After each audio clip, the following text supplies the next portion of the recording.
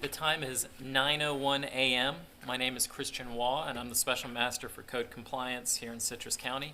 I hereby call this hearing to order. We follow an agenda for these hearings, and the second item on the agenda is the pledge of the flag, so I'd like to ask you if you'd join me. I pledge allegiance to the flag of the United States of America and to the republic for which it stands, one nation, under God, indivisible, with liberty and justice for all. Thank you.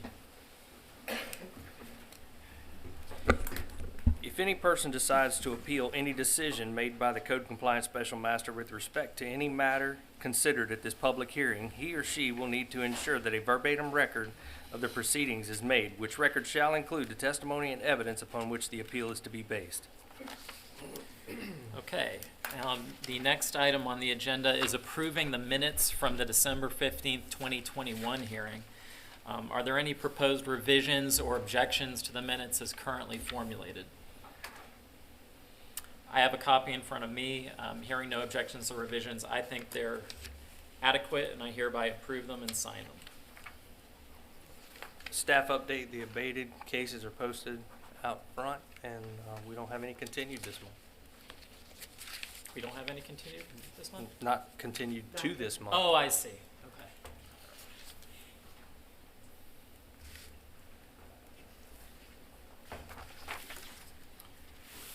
All right, ladies and gentlemen, I'm going to go ahead and read an opening statement. I would ask for your attention. I'm going to tell you a little bit about how these hearings work and a little bit about your rights and obligations. Good morning. Again, my name is Christian Waugh. I'm a licensed Florida attorney acting as what is called a special master. That's a fancy title created by law, but all it means is that Citrus County has hired me to preside over your hearing. When your case is called, please come forward and you will be placed under oath.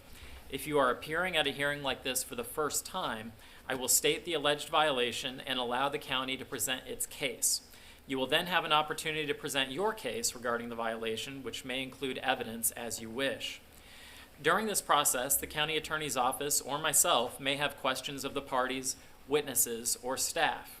I will ask if there are any members of the public who wish to speak, and if there are, such members of the public will have an opportunity to speak once per case. Such right to speak is not unlimited, and public comment should be focused on the case and be made as succinctly as possible.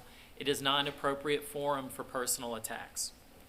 In most instances, if you are found guilty of a violation, the law requires that you be given time to comply before a fine begins. You must abate the violation by that date, that is, fix the violation, or the fine will accrue for each day that you remain in violation. The law then allows the county to impose that fine as a lien on all property that you own, and the county may foreclose on the lien or seek money judgment against you after the lien has been recorded for 3 months. This is important because I may not give you another date to appear before me. Therefore, it's likely you will not have another opportunity to plead your case or to explain why you didn't comply with the county code. In all cases in which I find someone guilty of the violation, I will impose all costs required by county ordinance or regulations. If you abate or fix the violation in the time allotted, that cost will remain minimal. If you do not timely fix the violation, you will be responsible for additional costs as well as the cost of the lien imposed. If I find you guilty of the violation and allow you for a continuance of your case, then you will be required to return on a certain date. In the time between hearings, I will require that you comply with the county and its codes in order to consider the violation resolved. If your violation is not resolved by that next date, I may impose a fine for each and every day of the violation from today's date forward. Your failure to return on the date may be deemed evidence of your failure to cooperate with the county. You do have the right to appeal any order I make today as may be provided by law. Thank you very much. All right, excuse me. The first case today, Liquid Communications, case number 2150842. Code officers George Pearson, Joanna Couture will be the expert, and it's page 10 of your agenda. And I should note that I think you have a copy of the request for continuance from an attorney, Grant and Dozier LLC, that was just brought to our attention yesterday afternoon. Too late for me to grant a continuance. So Did you grant a continuance? I did not. Okay. Is anyone here on behalf of Liquid Communications? Okay, My attorney told me to ask for the continuance here when I was called. okay. And what is your name, sir? Christopher Smith. If I can get you to step in front of the microphone, please, sir? Yep, thank you. Mr. Smith? George, do you swear to tell the truth, the whole truth, and nothing but the truth, so help you God? I do. I do. Well, is this the case that was continued from last? Okay, Different all property, right. different everything. Okay. Let me just take a look at the proposed.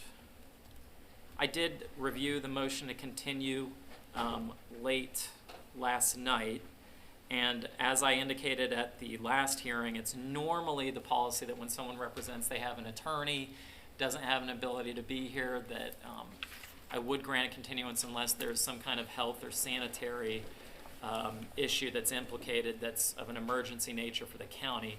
Is there such an issue raised by the county that needs to be immediately addressed by an injunction of some type? No, sir. Okay.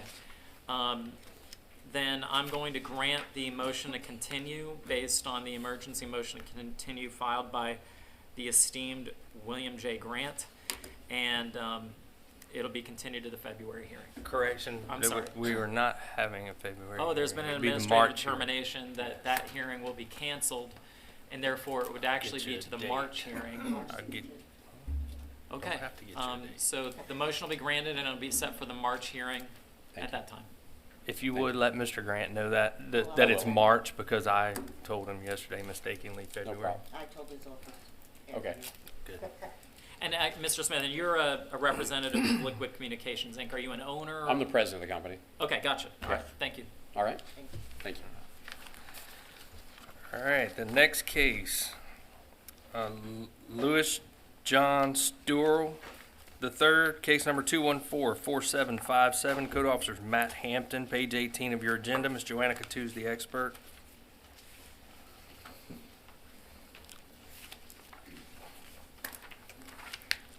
Do you swear to tell the truth, the whole truth, and nothing but the truth, so help you God? Yes, ma'am. Thank you. Morning. Good morning. Matt Hampton, Citrus County Code Compliance Officer. This is case number 214-4757, special requirements for all accessory structures, a violation of Citrus County Land Development Code 3102A. The address is 5371 West Winter Sun Lane, Homosassa, Florida. The owner is Sturl Louis John III. Good service via posting of the property in Lecanto Government Building. I would like to authenticate the documents and request that they be admitted into evidence. Exhibit A is photos I took during my initial inspection July 8, 2021. Photos I took for my corrective action inspection December 21st, 2021. And photos I took during my final inspection January 18, 2022. Exhibit B is a copy of the property appraisers showing that the property is a vacant parcel, a copy of the notice of violation, a copy of the notice of hearing, and a copy of the posting affidavit and picture of the posting completed on January 6, 2022.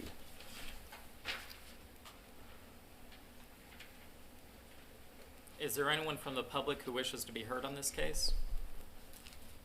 All right, let the record reflect that there is no response.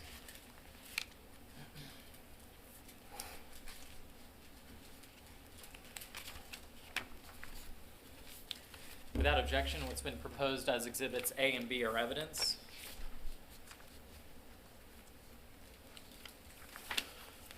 I conducted my initial inspection on July 8, 2021. I observed the property to be in violation of the Land Development Code listed above. I observed vehicles, RVs, and other items around the property. I've had no contact with the property owner or anyone else with regards to this property.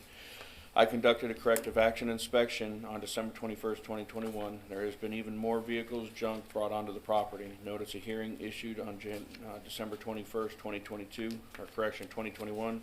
As of my final inspection, January 18, 2022, no progress has been made to come into compliance.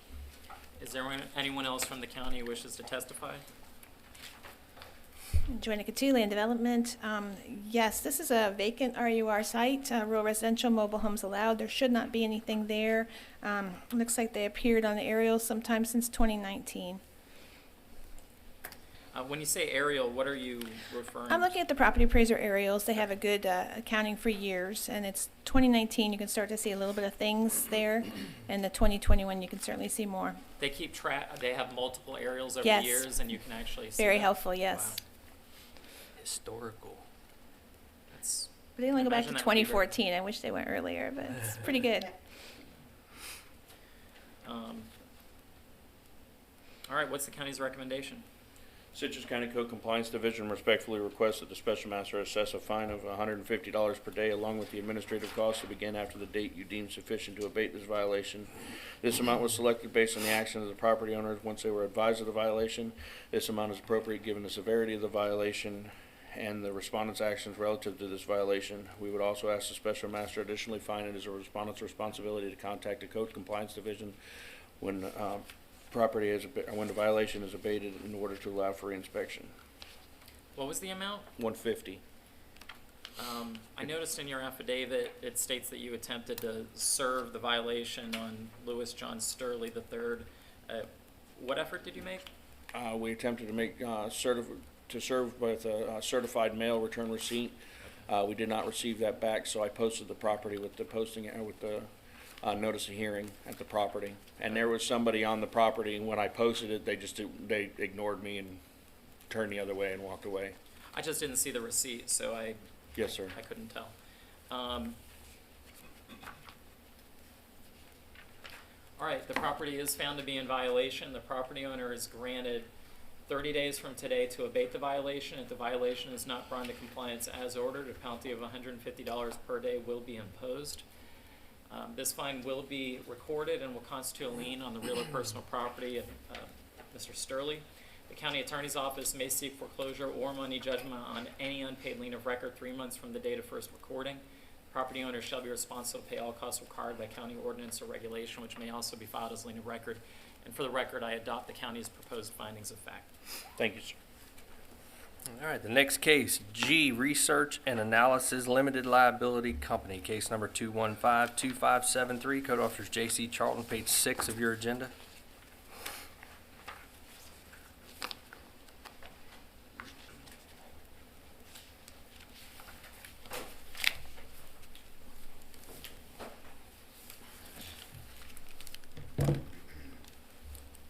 Mr. Body, thank you. Do you swear to tell the truth, the whole truth, and nothing but the truth, so help you God? I do. Please state your name for the record. Sir, I didn't hear a response to that oath. Yes. Okay, thank you. Can you please state your name for the record? G Research and Analysis LLC, Serge Your name, Platitz. sir. I'm president of the company, Your name. Serge Platitz. Thank you. Good morning. Good morning. J.C. Charlton, Citrus County Code Compliance Officer. This is case number 215-2573, accumulation of junk and debris, a violation of Chapter 20, Article 3, Section 20-31A of the Citrus County Code of Ordinances. This case was a continuance from the November 15th, 2021 hearing at the owner's request. The address... You said November? I'm sorry, excuse me, December 15th. Okay. Thank you. The address is 9632 West Plantation Lane. Property owner G Rich and Analysis Limited, G Research and Analysis Limited Liability Company. I would like to authenticate the following documents and request to be admitted into evidence. Exhibit A, photos taken during my initial inspection on October 13th, 2021. Corrective action inspections on October 28th, November 15th, and follow-up inspections on December 14th, all of 2021, and photos of my final inspection that was conducted on January 18th, 2022. Exhibit B, a copy of the notice of violation, notice of hearing, and a copy of the continuance letter notifying the property owner of today's hearing. Sir, welcome back. I'd like to ask you to take a look at the documents that he's just talked about and let me know if you have any objection to them being used for this hearing. Thank you.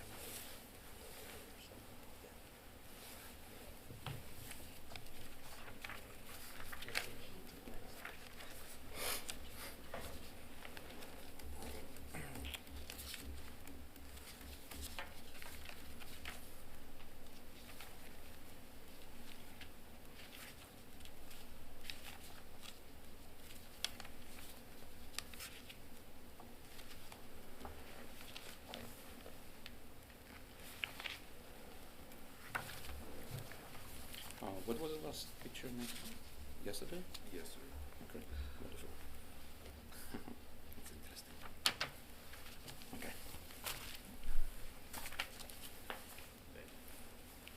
Sir, do you have any objections to Yes, them I do. being used as You do, evidence? but before we actually go, I want to submit my pictures. Oh, no, I will Okay. give you an opportunity, and what we'll do is, Okay. when you are ready for that, Okay. I'll ask you to Okay. share those photos with the other side, just like we did Understood. here. And, you know, I don't know if they'll have any objections, Okay. and then you'll I have do. your I evidence. do. Okay, since last, here was asking. Hold on, my question was, I have an do you objection. have any objections to these documents being evidence? I do have a yesterday picture. I do have an objection, Sir, so here's what I'm asking. but Do you have any basis to challenge the authenticity of these photos? yes, I do. Okay, and what is it? They do is, okay, I have a two problem, legal problem. Under 28 U.S.C., Chapter 1654, in the rule of 7.50, I cannot open my mouth because I have to be represented by the counsel only. Number one. Number two, I found the tarp on the property removed. Accidentally, the officer see that. I do have a picture on my phone, and I do suspect, I don't want to allege this in front of the public, that somebody went to the property, pulls the tarp over of my contractors, and make a picture to allegedly allege me. I'm not doing it directly. It's my opinion, and I'm entitled to, Right. because I have a physical evidences. When I came back to the property, I make a picture before I left and after I left. Number one. Number two, I have a series of pictures that can show you to review before you do the continuance or not. I did talk to numerous counselors, and the only attorney who is really willing to take on the corporation is Mr. Kevin Dixon. I have an email over here. He's taking me on the 26th. I don't want to make myself look like I'm trying to manipulate the law, but the condition under, I have two strokes over here. I lost a lot of material. That's why I want to supply this one to your review before you grant it or not grant it. That's why I don't want to do opening statements, but the material facts, omission, and excuse for my, I would try to do my extremely polite form. The compounding of the evidences, What was the word? the compounding of the evidences. Pounding of the The compound or anything, I don't want to do it. Okay. I don't want to make it directly, I was not witnesses, but I did make a picture before because I know what sometimes happen in New York. It was a lot of, I was working for the agency. That's why I want to submit this one before my attorney, who will have the same thing, will try to explain. That's just self-explanatory. So here's what I'm going to do. I'm going I'm to just asking you to provide me with the Excuse me. best argument. So what I heard was I believe I heard you move for a continuance, another That's continuance, in order to retain an attorney. That's correct. What I'm going to do is I'm going to reserve ruling on that continuance until I see both the county's evidence and the documents that you want me to look at. Sure. Okay? Once I look at those documents, I'll rule on it. I reviewed last month's hearing, the video that the county does a great job and puts on YouTube in preparation for this hearing. So I'm aware of what I said last year, and I'm aware of what you said at the last hearing. I'll incorporate those comments into this hearing. So I'm taking what you're saying seriously. I want to look at those documents before I rule on the continuance, but I am going to allow the county to present its case first, and then I want to hear what you have to say. That's regarding the motion for continuance. So I'm going to reserve ruling right now. The second thing I heard was you indicated that you do not believe under various rules that you are capable of representing a corporation, and that's because typically in Florida, under Florida law, a corporation or an LLC cannot represent itself. Typically, an attorney is required in order to represent a company. However, this is a quasi-judicial proceeding, and those rules do not apply. So, I'm going to overrule any objection as regards that point. What else would you like to say? Rule 7.050 allowed me represent until or unless the penalty is less than $5,000, which is not in my case. It's number one. Number two, Wait, whoa. First of all, what rule are you referring to? that's what I was reading. I'm not an attorney. That's what 7.050. 7.050. Right. Is It that a should- that's- Citrus County regulation? It's a Florida rule. Ah. It says until the amount of controversy is less than $5,000, Well, which is more than. first of all, let me, that's not a rule that applies here. That's number one. Number two, currently, the amount of controversy does not exceed $5,000. That's an old small claims rule that you're referring to. Okay. And in fact, it's not even 5,000 anymore. I think it's 8,000. So even that rule's outdated. But that's what we call a small claims rule. This is a quasi-judicial proceeding, meaning that it's the rules of Citrus County that basically apply here. Now, there's certain statutes that apply, but that's not one of them. But still, I also have the evidence that was submitted. The property is in the construction right now. That's why the county did not present. Well, that's what I'm going to look at. If And- whatever you've got, I'm going to look at before I rule Yeah. on the continuance. I just wanted to address your preliminary concerns That's before I let the county Yep. present. Mhm. Okay? That's why attorney should interpret which one is what, because whatever it is, Probably why I you should understand. have retained an That's why I attorney have before the somebody else hearing. to you to before All that right, you make thank your you, rules. sir. County can proceed. I conducted my initial inspection on October 13th, 2021. I observed discarded items, garbage bags, and debris on the property. This is the fourth case I've had on this property. The owner, the name did change on the property to G Research Analysis Limited Liability Company. Listed registered agent is Serge Pilatus. I've had contact with Mr. Pilatus on several occasions from the past three junk and debris cases on this property and with this fourth case on this property. I've explained the violation several times to Mr. Pilatus. He just was granted forgiveness on June 1st, Objection, not relevant. 2021. Not relevant to this isn't- case. Excuse me. So let me help you out. The rules of evidence in a quasi-judicial proceeding are relaxed. You can make objections, but relevance is not something that is inadequate. It's not an appropriate objection normally. I'll let you make it. I overrule it. Please proceed. He just was granted forgiveness on June 1st of 2021 from a previous junk and debris case. As of my final Can you inspection, explain? I'm sorry. I don't understand. What do you mean by granted forgiveness? He requested forgiveness, and I mean, he had for the lien that was on the property. There was a lien. The county forgave it. Yes. In order for that, he had to come into compliance and remove the debris on the property.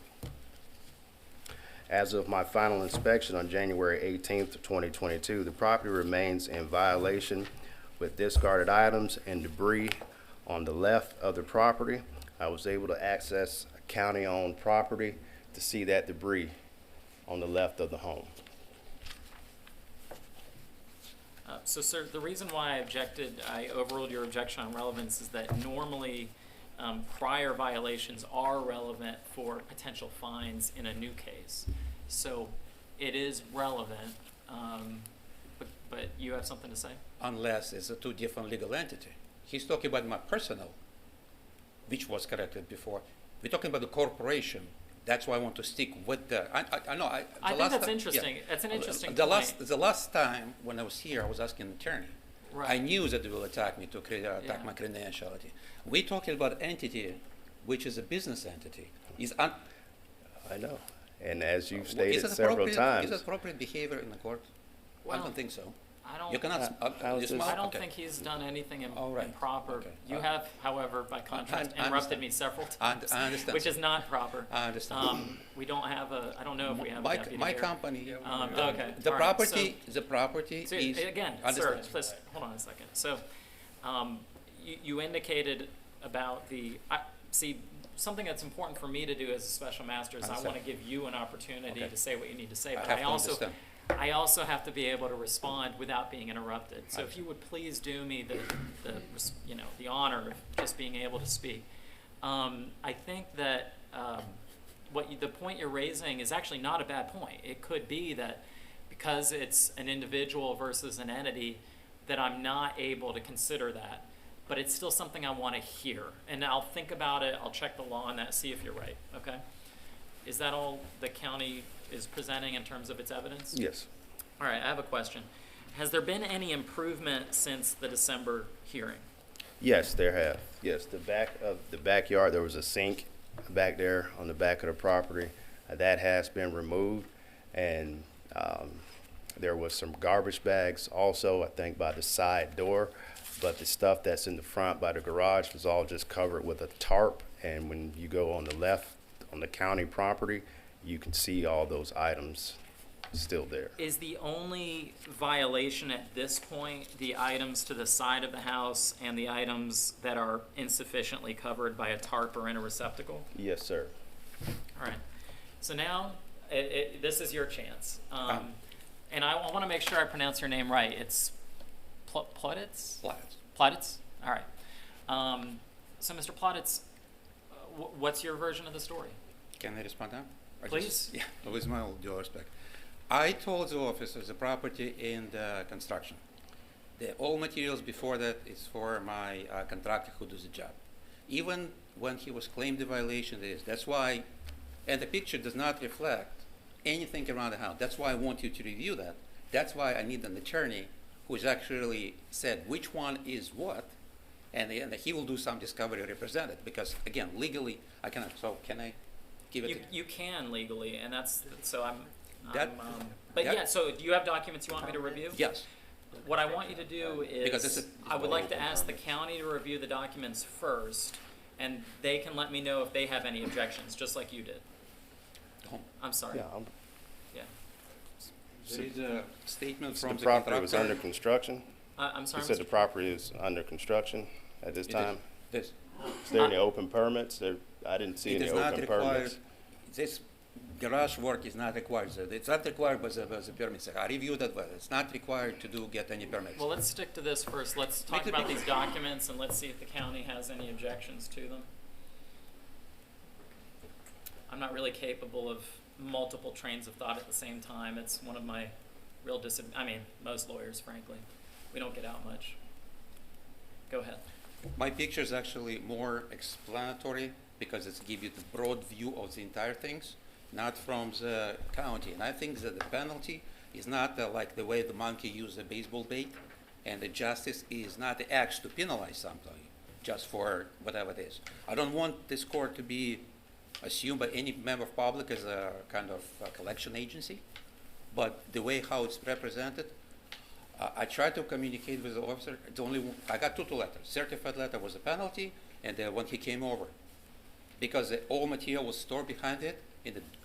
My contractor did it. I was never ever told that I'll be violated in some kind of having the building materials with the property in my own property.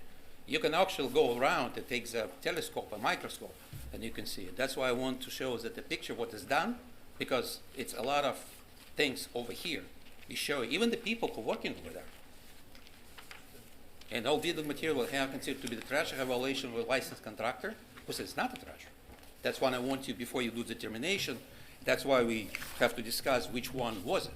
And I did everything, and by the way, I've got the fund yesterday, like $15,000 to completely finish the house. So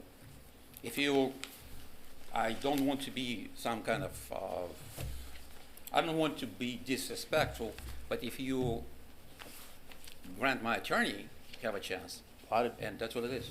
Excuse me, a lot of these photos aren't time stamped, so you don't know the date and the time on them. That's all an attorney. It's okay. And a lot of them are from the angles that don't show the violation. A lot of them to the right of the property. Sir, just give me, I can't concentrate when you're trying to get my attention while he's speaking. Mr. Tron, so you're pointing out the fact that the photos aren't time stamped, and what else?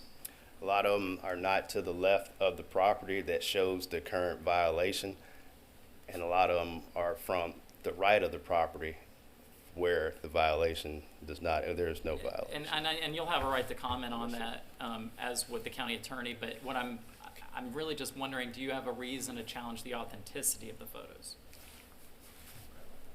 I mean, I understand the dates. If he is able to establish when the photos were taken and to testify to that, then, you know, you're able to have a dispute, but.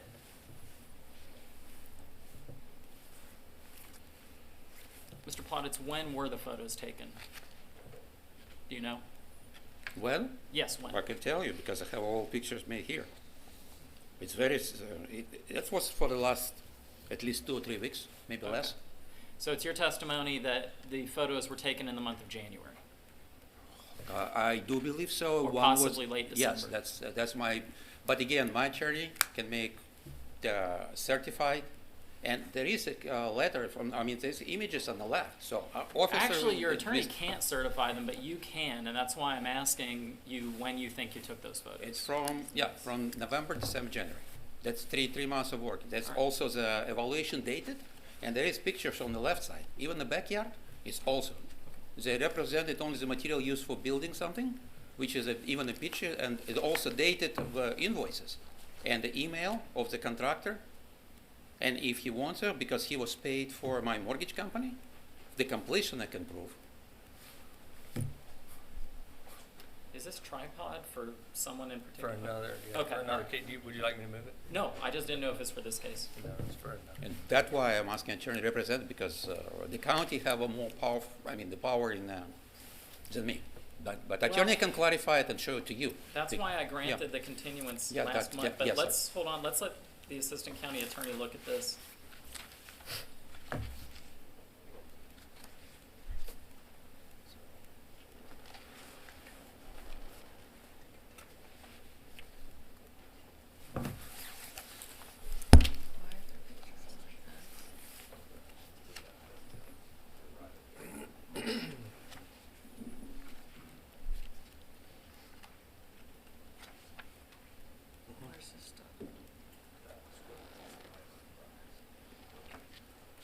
And I want to thank the other people here for their patience. Sometimes these hearings do go for a while.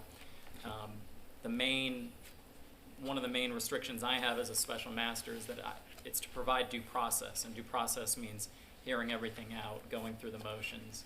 So thank you for your patience.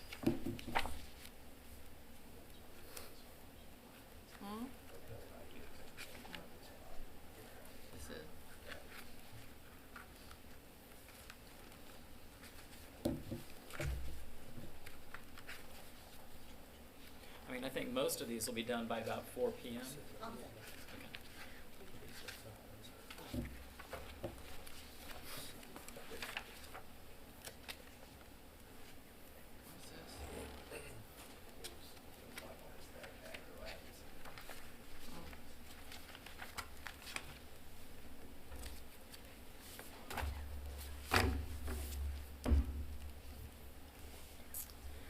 I don't have any objection to them. Basically, that's for what they're worth. We can provide testimony as to the different views of the property. Okay, I agree. I'm going to admit these as, have you labeled them, Mr. Plauditz? In other words, I see an Exhibit C1, Exhibit C2. I did it, yeah. That's your Yeah, labeling? that's mine. All right, so And I let have me a- make sure that I get it right. So I see your Exhibit C1, C2, and I see a bunch of photos. Are these, okay. Let me check this out.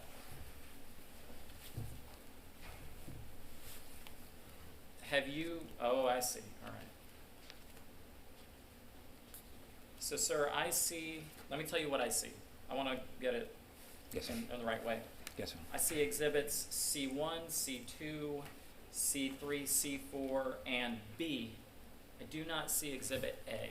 The exhibit A was my handwritten request for that. Okay, all right. But the thing is, the whole picture over here, it's a January picture. So Well, let me get this. Thank you. So do you want to admit your written request for a continuance as an exhibit? I verbal announce it. Okay, all right. So what I'll do is I'll admit what you have proposed I as... can do it. I'm sorry? I can do it, yeah. Okay, then let me, if you'd show it to the county, Let me mark it on the exhibit A. that'll help the record, so I Sure. appreciate that. I'm appreciate it. For the record, then, the exhibits that are already admitted will be the, can I Are you a petitioner or a plaintiff? Or, Respondent. well, you, but. Oh, we're the petitioner. Okay, so petitioner, what the exhibits that are already admitted will be petitioners A and B, and these exhibits will be respondents' A, B, Picture is not, just a C1, handwriting. C2, C3, and C4. No, Thank you. it's a handwriting on the back, that's exhibit. So this is, I'm not going to admit this as evidence. I'm going to admit it as a motion, Sure. basically a filing. And I'll review it if I can read it. I have no objection. All right. Let me review this very quickly.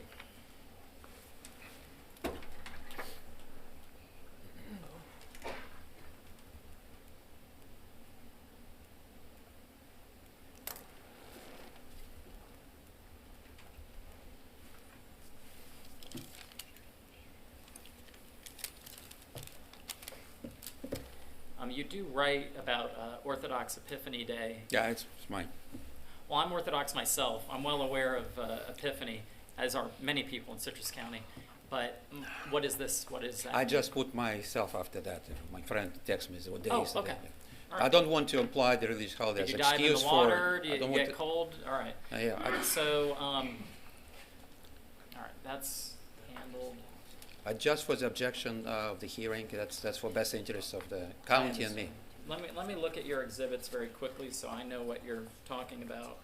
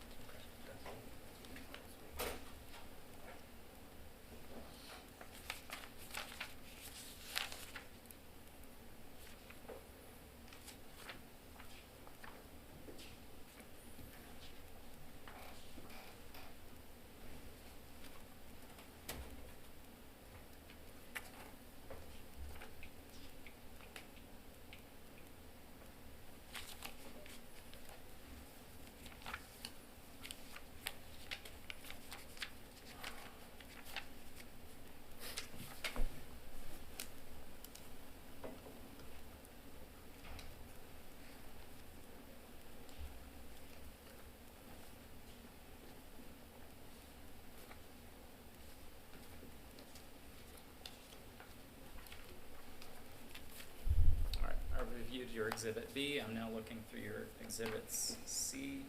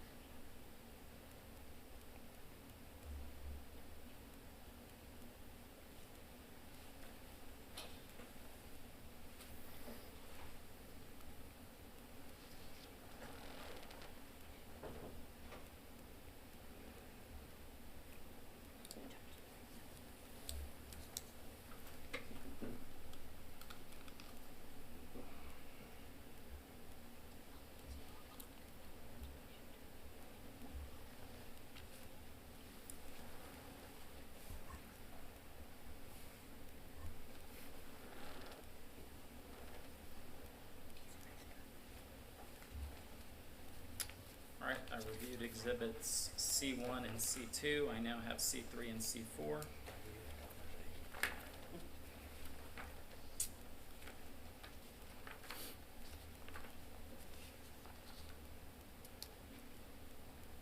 I wish someone had warned me that I'd see shirtless photos here.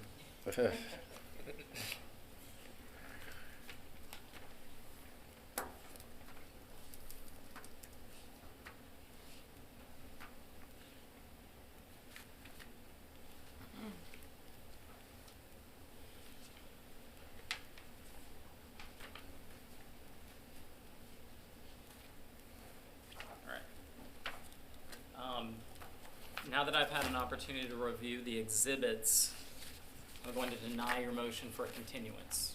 I'm going to hear both sides and argument based on the evidence, and I will issue a ruling today. The reason why is I think your exhibits are perfectly consistent with what's happening on the property. In other words, I see different things on different dates, but for example, on respondents' exhibits, on some days there's stuff in front of the garage, and then some days there aren't. And then the most recent photos do show some things in front of the garage tarped. I think all the photos that have been shown are consistent with what's going on the property. The only legal question will be, is there a justification for the stuff, okay? And I'll ask the county, does the county have any other evidence it wishes to present? I don't have any other evidence, just that those photos are not consistent. A lot of them weren't even taken in January. You can see the time, and you can see the change in them. Even the tarp on some of them it's different. I mean, if that would have been in January, some of the things would have been same in the same photos that were taken. Some of the pictures aren't even photos of his property. I think the photos are consistent because I can tell that there's, in other words, I think they're consistent with your photos based on where things are. I have no idea when the photos were taken, but I think that they generally fit into the timeline. In other words, I don't know the exact day that they were taken, but I see a violation in his photos, so I do believe that they're consistent. So the only question is the county aware of an exception for the garage or the countertop work and the other work that is cited in some of these proposals from December? I haven't been aware of it.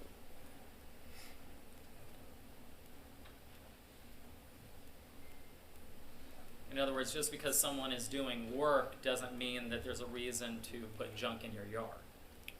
Right. We've dealt with this issue before. Mr. Plottis, is that your case, that basically because work is being done, you should be able to put some material in your yard? The building materials, the countertop normally is a cut it. You touch anything, you put epoxy on them and recount it. That's what it is, because different home appliances or anything, it's a different size. It's a very common. That's why I was asking the attorney who will take the certified letter from contractor to do it. Number one. Number two, it is not a junk. You have a building materials evaluation that can be used. The properties, I did remove all stuff from the property. Whatever it was, it's consistent in the pictures. He said he doesn't have any pictures on the back. It was clearly. So the only materials left, and it would be used because, again, the person who is working on them is the contractor. I cannot control it. The people use it. The materials, and even his picture, it's a cans of the paint. It is a construction material. It's not like household stuff. Even the household stuff, like the chairs, it stay in the backyard. There is nothing. I cleared up everything. The only thing is, it is in the front, is that my contractor left everything to work. This is part of why I actually agree with you and not Mr. Charlton that the photos are consistent, because he's not claiming that your backyard is the main problem. I asked him, what are the continuing violations? And he said the stuff on the side and the stuff in the front. He said that there's been substantial improvement. Well, he didn't say substantial, he said improvement, and I happen to agree with that as well. I think your photos show that. I think his photos show that. I don't think it's accurate what you're saying that all the materials are construction related, but even if they were, there's no exception in the code for that. I guess I'm curious. I mean, let's say hypothetically that there was for argument purposes, that there was a violation. How much time would you need to properly get rid of it? A week. A week? Okay, what's the county's recommendation? Citrus County Code Compliance Division respectfully requests a special master assess a fine of $200 per day, along with the administrative costs begin after the date you deem sufficient to abate this violation. This amount was selected based on the actions of the property owners once they were advised of this violation. This amount is appropriately given to the severity of the violation and respondents' actions relative to this violation.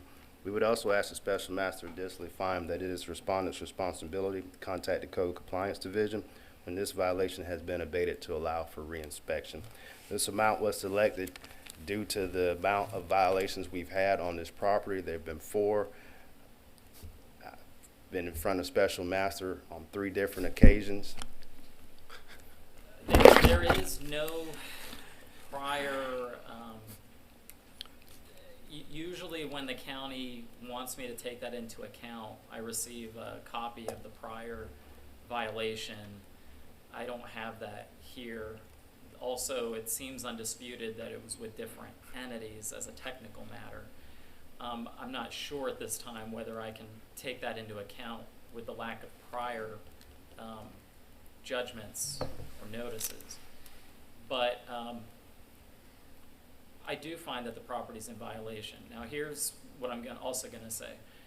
I said at the December hearing that your continuance would be granted even though it was a last second continuance, even though it was denied by the Code Compliance Director, because you represented that you had hired an attorney. That attorney, bless you, that attorney's not here. I recognize that there's always, there can be problems in retaining attorneys and timing and all that. But that was the chance, and I did say on the record at the December hearing that the attorney better be here. I don't think it would have affected your case. I think it's pretty clear that there's a violation. I also think it's pretty clear that it can be fixed very, very quickly. You made improvement since the December hearings. From what I can see, pretty good improvement. It looks like you made an attempt. So I'm going to grant you 30 days from today to abate. I'll let you comment, but I am going to grant you 30 days from today to abate the violation before a fine accrues. But if the violation is not brought into compliance in those 30 days, then a $200 per day fine will be imposed based on the county's recommendation. This fine will be recorded and will constitute a lien on Mr. Plottitz's real or personal property. And as you've heard me say before, the county attorney's office may seek foreclosure or money judgment on any unpaid lien of record 3 months from the date of first recording. And you would be responsible to pay all costs required by county ordinance or regulation, which may also be filed as a lien of record. Sir? Okay. Why I said a week or 10 days? Week. I said a week, right? Because it's not my property. I cannot remove somebody belonging. The only thing I can do on this day, if the contractor will not come back, I'm going to take storage and remove everything from the front. That's why I was asking you for continuance, not because of I tried to delay. The attorney can represent whose thing is, because I cannot dispose it. That's my contractor. If I will throw him away, I will pay like 4 times more. That's why I was asking to represent the case objectively, and that's why, because they think it's mine. It's not a junky debris. It's a construction materials, and that's why I was asking the continuous only based on that one. That's why. Okay. Then, I mean, first of all, under Citrus County law, it doesn't matter who owns it. It's your responsibility as the owner, the LLCs. But would 60 days be a sufficient amount of time for you to resolve it? You said it would take a week, so I'm just, is 60 days enough time for someone to go get that stuff? But he's still working. More than, yeah. But his guy is still working over there. Do you so, want yeah. 30 or 60 days? 60 days more than, let's say 60 days just to invite the county back. No, I'm asking you, 60 days is more than enough. that's 60. to fix the violation. You can Yes. do it in 60 days. Yep.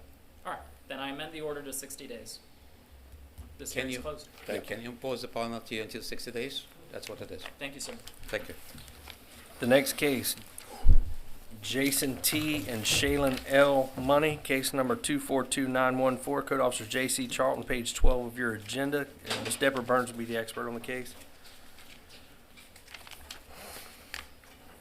Do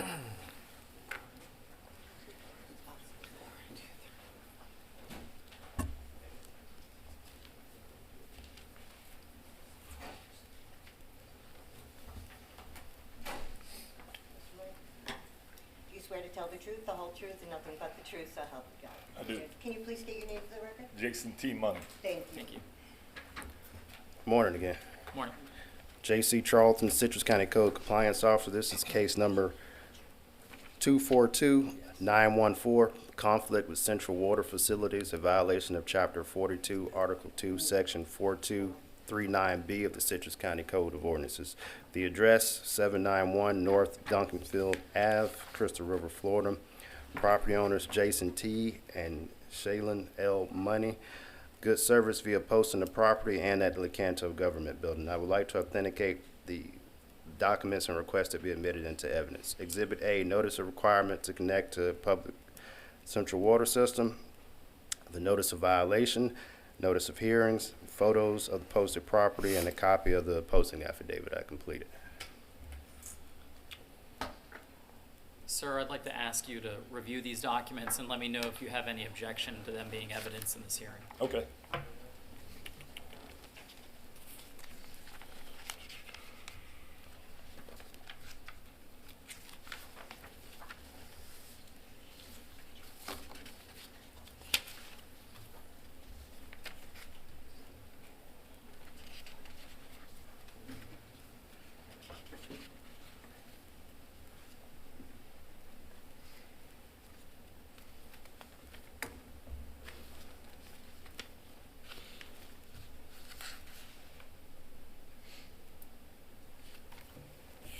No objections. Okay, thank you, sir. Is there anyone from the public who wishes to be heard on this case? All right, let the record reflect that there is no response. No one besides me. Well, I don't consider you just a member of the public. You're the actual respondent, so I definitely know you are here to be heard.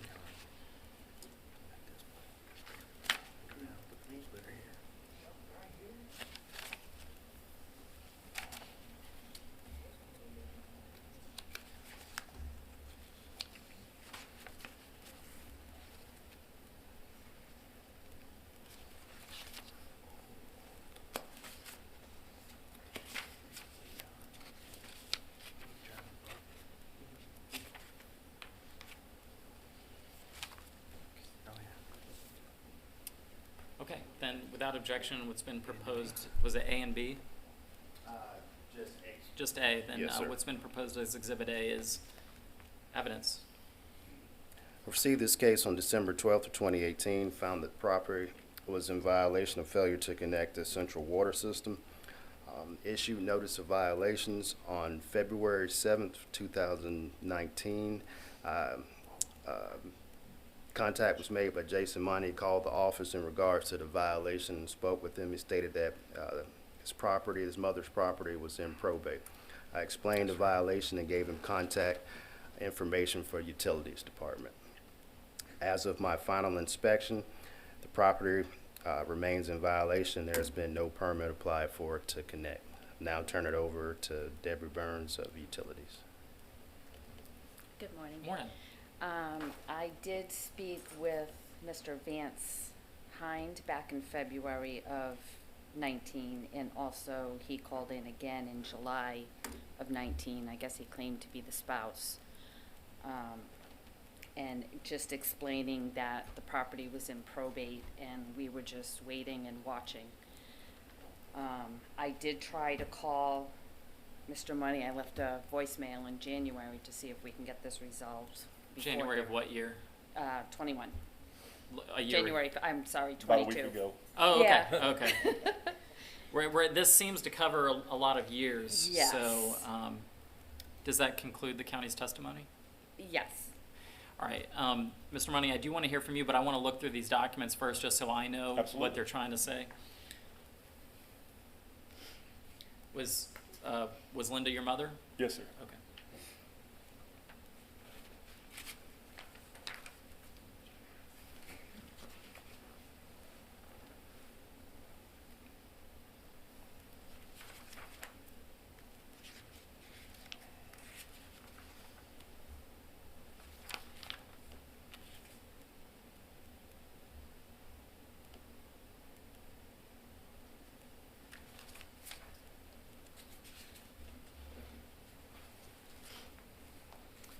First, let me ask the county, I mean, this is a really old case. Is there a specific reason, just you were waiting for the probate or what?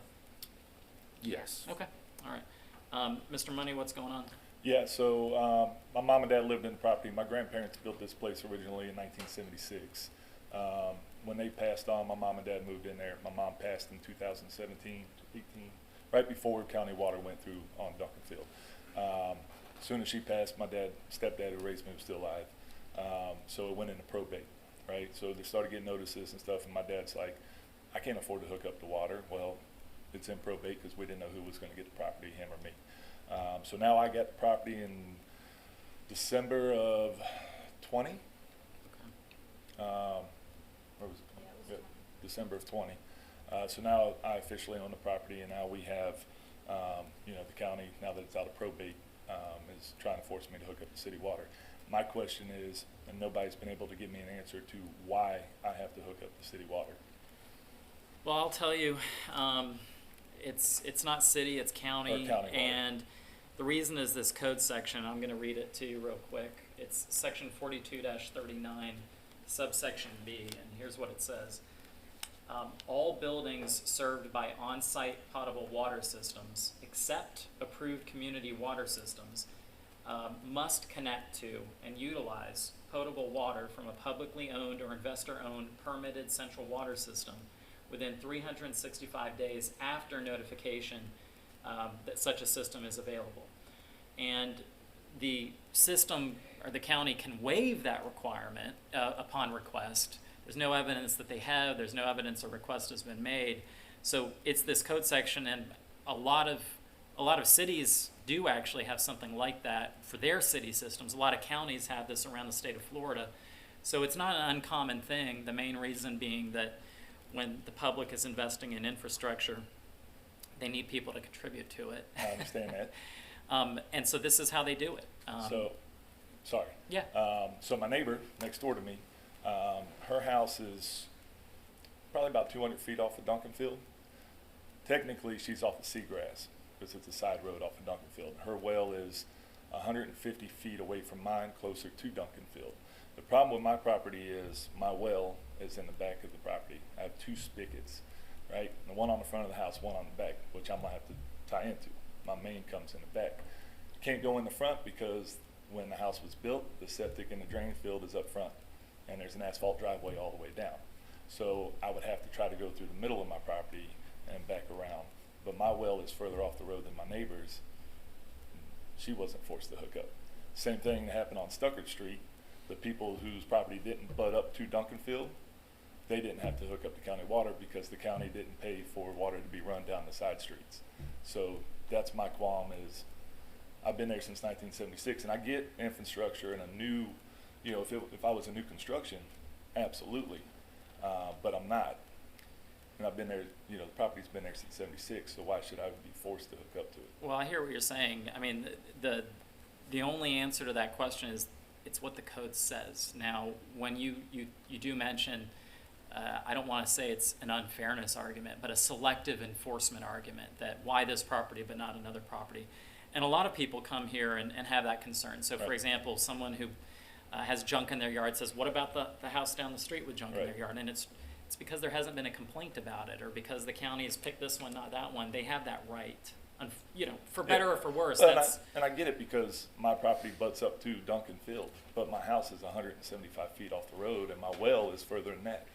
well. Look, you have a possible out. You may be able to request relief under this code section that the requirement be waived, but it doesn't sound like there's been communication or an attempt. But My next question is, how do I do that? well, let me put it a different way. And a lot of it was I was waiting for probate to be finished before. I we get ever did that. I'm anything, not. so- That's really not at issue. It's not a matter that this has been unresolved for 3 or 4 years. It sounds like the county wanted to work with you by letting a probate finish. Right. They don't always do that. So let me ask the county. I mean, is the county aware of how much time would be needed to hook up, or is there any question as to how far away it is that would impact that timeline? The only thing would be if the distance is too far. that with a standard size meter, it won't provide enough pressure. Right. Then you can get a document from a plumber stating that, and that would be able to grant the So waiver. from Duncanfield, from where the pipe is to the back of my house, and I'm gonna estimate, so I know the front is 175 feet. The back of the house is 24 foot wide, so we're almost at 200 feet to where the line comes into the back of the house. Like I said, I can't go to the front because my septic and drain field are in the front, right there in the front yard by where the spigot is on the front. Mr. Money, is this a homestead? I mean, are you guys living there? Yes, sir. Yes, sir. Okay, And so- I'm a disabled veteran, so Okay. I get a break on my taxes. Sure. Which is nice. Where did you serve? Navy, 21 years. Wow, thank you for So, your service. thank you.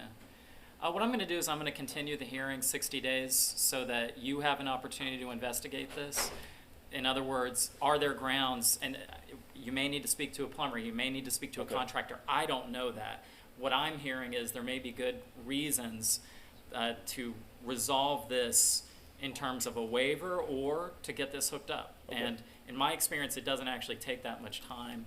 So I'm going to grant 60 days. I'm going to continue the hearing 60 days, and hopefully this is resolved by then. If not, the hammer may fall. But, Okay. you know, I there mean, it is. Yeah, That's fair. okay, You know, March, do I talk to you? Yeah, I'll explain a few things to you. Okay. all right. March Uh, 16th. March 6th. All right, Of thank you, 20 sir. Awesome. Thank you. Thank you. Thank you. Thank you. Just start at the top. Next case, Kyle Breeden and Mallory Breeden, case number 214-4283. Code Officer J.C. Charlton, page 4 of your agenda. Ms. Joanna Cattouse, the expert.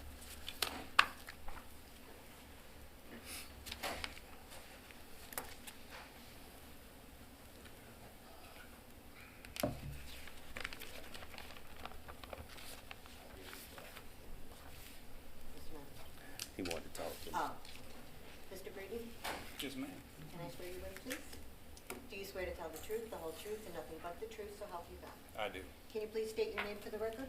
Kyle Breeden. Thank you, sir. Good morning. Good morning. Good morning. J.C. Charlton, Citrus County Code Compliance Officer. This is case number 214-4283, special requirements for all accessory structures, violation of Citrus County Land Development Code 3102A.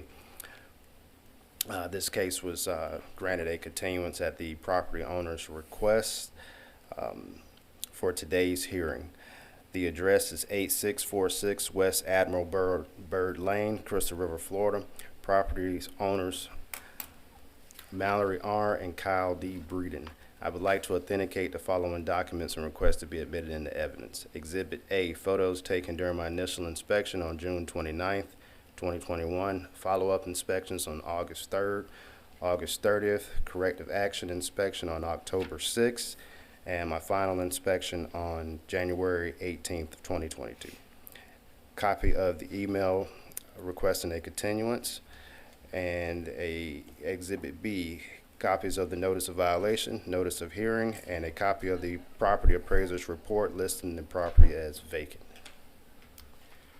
Sir, I'd like to ask you to take a look at these documents and let me know if you have objections to them being evidence in this hearing. No? No objections. Okay. Tracking.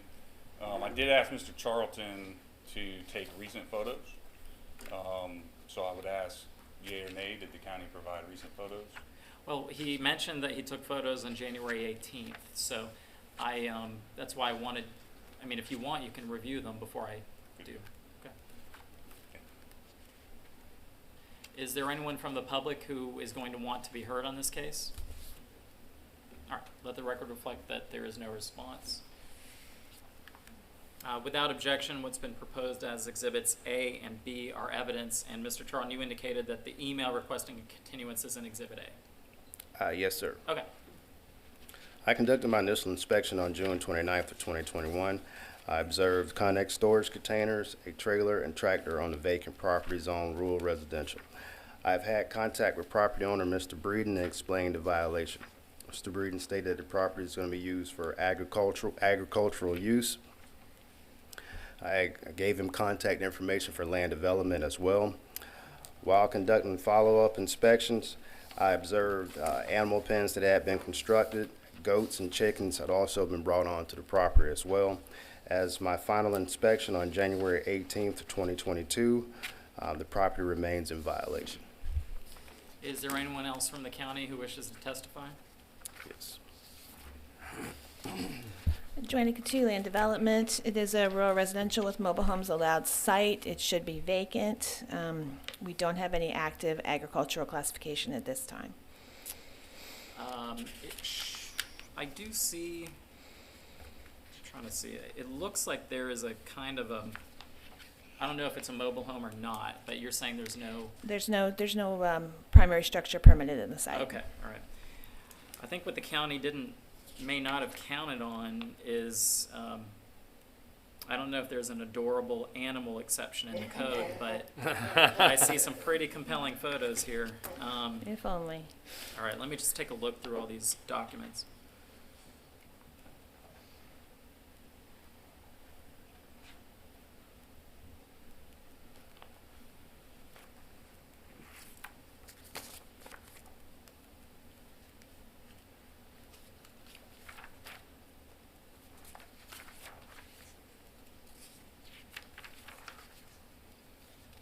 So what I want to do is I want to look through this email because there's a lot of comments from the parties.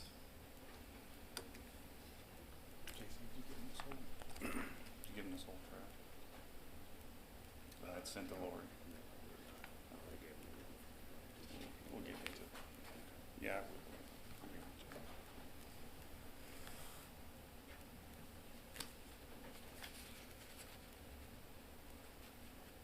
I tried to send you a read ahead back in October, but I see now you didn't get it. I didn't, but I'm a quick study, so let me just look at these.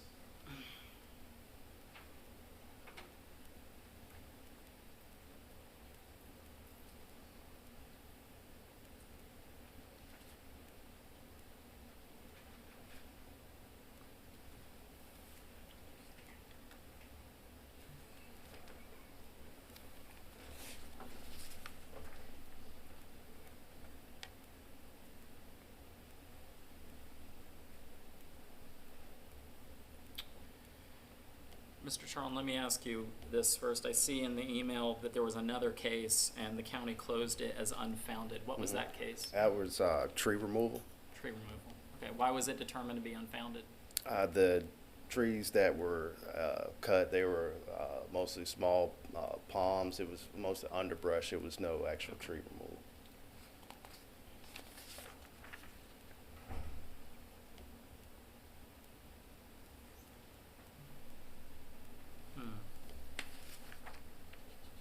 Mr. Braden, you're a civilian at CENTCOM.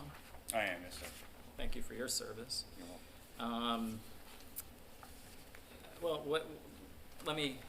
Did you present an agricultural exemption packet either to the county or for today? I did, and that's very distinguished career, so I won't belabor it. Kind of wave tops. I asked for the extension specifically so I could submit the ag exemption packet, which you can't submit till 1 January, and partly to rope JC into getting a precedence for them to give me an extension until my ag exemption could process. So then I already knew, in all fairness, that it wouldn't be processed till April. When I came back to him and said, hey, can I have an extension till April, till they make a decision on the ag exemption, he said no. I'm like, really? You're already roped into this, kind of thing. And so that's kind of where we are. With that, though, I laid out for JC, not the first time I've been through this in Florida, rural is an agricultural zoning. It's not a residential zoning. Citrus County carries that same code that the state of Florida does. Rural is primarily an agricultural exemption that allows residential use. That's why I tried to highlight for them how Citrus County breaks down zoning and land development. Rural is not under the residential code. It's under the agricultural code. I also provided some Citrus County legal opinions over the years that have been provided stating that structures on my property are not bound by, building code. It's a goat house. Built it with my 7-year-old and 10-year-old out of slabwood from the lumber mill up the road in Lecanto, I would also state just kind of at the wave tops that this started with the back neighbor filing a complaint. That's why JC came over. He was upset. His wife was on him. He thought that I was putting a fence up on his property. I did put a fence up without a survey. Not my first rodeo. The corners have been surveyed now. You know, my fence is 4 foot off the neighbor's property line. He has a shed and a pile of just stuff there. And so I gave him some room to get his stuff out. I gave him 3 weeks notice to move it. He didn't. Since then, the neighbors come over. He's my best friend now. The entire community has come by. Their kids and grandkids all feed the goats. They absolutely love it. I shared that with JC. I, said, hey, go talk to Bob again. He's good. They like it that I opened the property up. It lets wind in. They like the Connex box because it doesn't allow the road direct line of sight to the neighbor's house. I also put in an adjoining walk gate to the neighbor's house so him and his wife could feed the goats, also knowing that if there is an adjoining residence and I get them to provide me a lease saying I rent a bedroom, that the property's covered even if it's not accepted that it's agricultural use. And so kind of what I said is hey, we bought 10 acres here. This is a 10 plus acre farm we're building there. We have a residence in Lecanto that with some acreage that we're also bringing animals to, and so we can go round and round and get into the weeds of code and on and on as we go on for the next 10 years. Or JC can stop by if he doesn't like something and say, hey Kyle, can you clean that up? I got it. I put up, part of an awning, put a nasty billboard on it to cover some hay for a couple weeks. A storm came, knocked the center of it down. Hadn't had a chance to get the metal decking up. I let him know, hey, I coach Little League soccer, Little League baseball. I get up here when I can and work on it. And so we made an effort to get on it faster and make it look, nice faster. I also acknowledge that I fenced in the property and put in 3 16-foot gates, and JC's concern was, hey, it looks like you're going to use this place for storage. But he didn't know I was going to cross-fence it, and I need to get a tractor in each one of those gates. Now, I've cross-fenced it. The only access is that gate to get in there with hay. And so, I got it. It was rough in the beginning. The county had a complainant. Now they don't have a complainant. I do not feel I'm in violation. I've worked with the Ag Exemption Office and the Extension Office. They've been amazingly helpful to try to get a feeler out. Hey, am I missing anything in my Ag Exemption packet? Is there any possible thing I can do ahead of time to make sure that we get this thing on, glide path? And I would also share for the record, our plan is to build a house in the back corner. We have 2 acres of uplands back there. To put a stilt house back there, we're working with a contractor. But I've had to pull off of that and focus on this this piece of it and getting it, cleaned up. And so that's just kind of the wave tops. I reviewed the Right to Farm Act. Actually, let me ask Ms. Antrim, have you had a chance to look at the authorities cited by Mr. Breeden in this case? No, I have not. Okay. What I'll represent is in County Exhibit A, pages basically 12 through 13. There's several citations to potentially applicable law, such as the Florida Right to Farm Act and Florida Statute 823.14, and how that may affect things. I'm also particularly interested in 2 Attorney General opinions, one of which was directed to a man by the name of Greg Brennan, at the time an assistant county attorney apparently. And it does seem to address related issues. I'm not sure that it's on point, but what I'm going to do is I'm going to review Attorney General Opinion 2009-26 now. And might I ask, has an agricultural classification exemption application been submitted to the property appraiser's office? Yes, ma'am. They just don't. They won't make a determination until March, April. That's their time frame, and that's part of my case today. I was just asking if you had submitted one. Since you said you were waiting until January, so I wanted to know if you had submitted it. I submitted it in November, actually, 34 pages, ready to go. There was some personal time off from the young lady that does that, and I spoke with her boss in December, who let me know that she was out, and that's why she wasn't responding. And so she did get back with me and say, yeah, it's stamped, good to go, and we're just waiting on their process. All right, I'm going to review this opinion, and just give me one moment.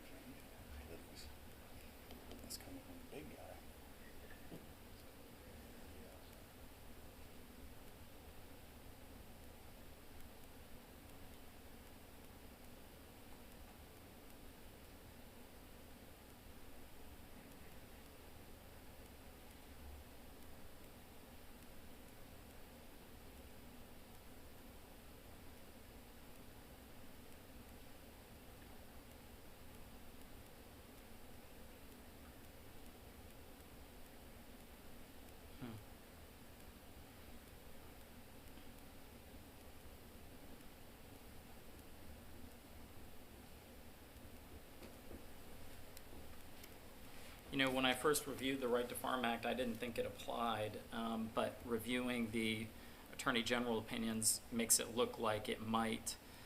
I'm not equipped to make a legal determination today based on that. The fact of the matter is the exemption hasn't been acquired yet, so I could probably find that there's a violation, but I don't see if that would be necessarily the appropriate result. The problem is, sir, you can't get an agricultural exemption without bona fide agricultural use on the property. And you can't support a 10-acre farm with nowhere to store hay or feed or anything. So it's this OODA loop, which is why Senator went after trying to help farmers get started, and especially veteran beginning farmers, which is why we also, submitted our NRCS packet and got the FSA to stamp the entire property as a, farm. It's hard to get going, and especially whenever the county says, oh, well, you can't have a tractor on the property. Well, That's a scary thought, that you can't get an agricultural exemption without violating the local code first. yes, sir. At the same, so I that doesn't seem consistent to me, but may be the case. So yeah, so what I'm going to do is I'm going to continue the hearing. I hate kicking the can on this, but I'm just not equipped. I would ask you to, setting that aside, not to, punch a gift horse, but I would, just in your opinion, so setting aside the process of getting your agricultural exemption, which absolutely needs a look, I would ask you to look at 5300 and 2402 and make a determination in a legal determination per the county's zoning. The land is zoned agricultural. And if you look at what I sent them, where I actually highlighted the permitted and conditional uses within that I'll code. do that now. What code section do you want me to look at? It's 2402. It's 5300 use categories. Well, let me look at 5300 first and see what you're talking about. Use categories. RUR is in agriculture, correct? Yes, sir.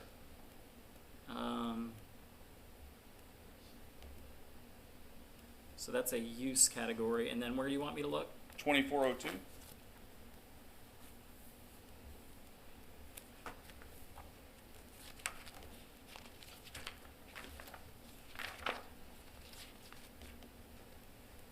All right, let me read this real quick.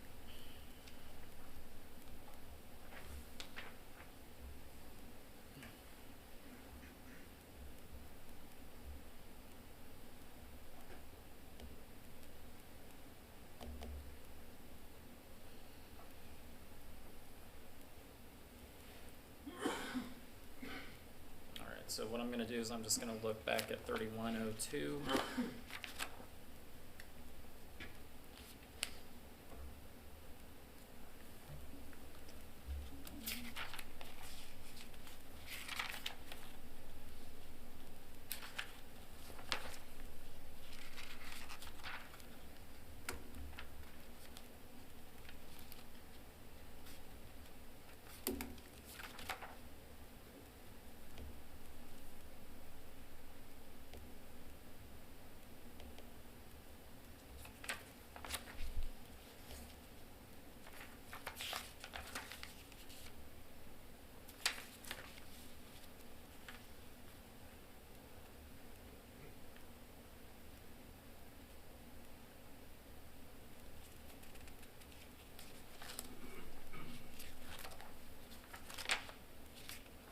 So I guess what you're saying, Mr. Breeden, is that 3102 only applies to residential? Yes, sir. And when you read 2402, which is what my property is zoned, this district is intended to preserve economically viable agricultural land. Well, I read it. My question was just that, so that's what your argument is. What does the county say to that? I think that's an interesting. As much as I've worked with the code, I do not have it memorized, so I have no idea what sections you're talking about. I'm suspecting he's trying to claim that rural residential has some kind of exemption where they can do what they want related to agriculture. It does not. No, here's what I think he's saying. So you've cited, the county has cited him for a violation of 3102A. Okay. Okay. that accessory uses or structures may not be placed on residentially zoned property prior to the establishment of the principal use. Right. And what he's saying is this isn't residentially zoned because of the use category. It's actually agricultural is what he's saying. Right, and that's not right. And you have to read the language before the description of the use categories. That's actually in the buffer section, and that's where it's really trying to refer to, is when you're looking at buffer types. Rural residential is by name residential. It's the primary use of residential, and it does not ignore the sections in 3300. What was the section in Chapter 5 again? Mr. Breeden, I'm asking you, you wanted me to look at? 5300. 53. It just gives the overall definition of the Right. legal definition of interpreting use categories. Interpreting and applying the provisions of this section. Right, which is the landscape section. Right. It's intended for buffers and buffer types for adjacent uses. It does not You know, end Mr. all. Breeden, it is a super compelling argument, but I actually agree with the county on this, so I'm going to make a determination that it is residential. If I can just point out real quick, I'm glad he's pursuing the agricultural classification. That will not solve everything. There Okay. is one more step. Assuming he gets that, he does have to apply to the building division for relief from permitting for any structures and demonstrate that that is related to his farm activity. No, I agree with that. Right, But I think from him, he thinks that that's going to make it all go away. It doesn't Yeah, quite but get there. But it gets pretty close. It does, and I'm not saying that. And so that's why I don't want to make a determination on 3102 if this is not your standard 3102A case. We had one of those early on in the hearing. There's a bunch of stuff. It's no Right. principal use. But if the exemption does go forward, and honestly, I really think the packet needs to be an exhibit to for the respondent for me to look at. In other words, what I'm going to do is I'm going to continue. I'm going to, with all due respect, I think it's a great argument, Mr. Breeden. I am going to make a determination that it's a residential zoning, but I do want to continue the hearing 30 days. I haven't had a chance to look at all the legal authorities that have been cited. I really need to because I think they are implicated. No problem. I just want to make it clear for him, he's still got another step. Assuming he Yeah, gets that, right. that's great, but that's not going to solve the world, but it will take him quite a few. All right, I'm going to continue the hearing 30 days. I would request that a copy of the agricultural exemption packet be made an exhibit at the next hearing if this can't be resolved between the county and the respondent. All right, thank you. Continue to March 16th. I'm sorry, 60 days. Yeah. It goes to March. I apologize. All right. Actually, skip that. So, Mr. Breeden, you represented that it would be, you might have the exemption by April. That's their time. That's the county's. I guess they do their site visits in the March timeframe, then they make their determinations in April. It's kind of what I got from. Technically, I State, think, I mean. if I'm not mistaken, they have until June to Oh, give okay. you the results. Okay. Okay, all right. Then I'll just continue it to March, and I'll see everyone then. All right. All right, the next case, Jason Bruner, case number 215-2102. Code Officer George Pearson, page 5 of your agenda, and Miss Joanna Catoo's the expert.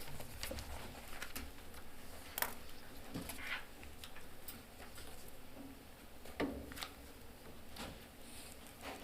you swear to tell the truth, the whole truth, and nothing but the truth, so help you God? Yes. And can you please state your name for the record? Jason Bruner. Thank you. Good morning. Morning.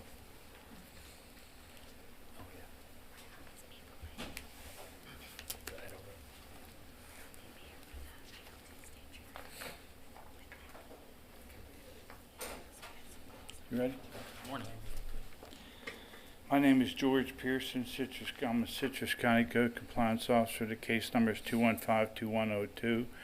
The violation of storage on a vacant parcel, a violation of Citrus County Land Development Code 3102, Section A. The address is 10096 East Toll Tree, Inverness, Florida 34445 Drive. Let me get that again. 10096 East Tulip Tree Drive, Inverness, Florida 34450. Property owner's name is Jason Bruner. The service was made good by posting the affidavit of the notice of hearing on the property and posting a copy of the notice of hearing on the bulletin board out front. Exhibit A is photographs that I took on October the 6th. Photographs depict a violation of storage on a vacant property. Exhibit B, copies of notice of violation, notice of hearing, affidavit of posting, and property appraiser's report. Exhibit C, photographs that I took on January the 14th, 2022. The property was still in violation. I would like you to authenticate and request the following be entered into evidence. Those particular items. Sir, I'd like to ask that you take a look at these documents and let me know if you have any objection to them. Okay. I just got back from Wisconsin. Okay. I found your letter on the gate. If you let it know that, then we shouldn't make. The fence wasn't a problem, was it? No. Just the trailers, the camper, and the black Right. trailer. Well, the pole barn. All right, I'm working on getting surveys and permits on that guy. I don't know if you're gonna get them without a primary residence. I was gonna turn that into the primary. Okay. If not, then I'll tear her down. No objection. Okay, thank you, sir. Is there anyone from the public who is going to want to be heard on this case? Have been all my life. All right, I've noted that. Thank you. Been weird all my life.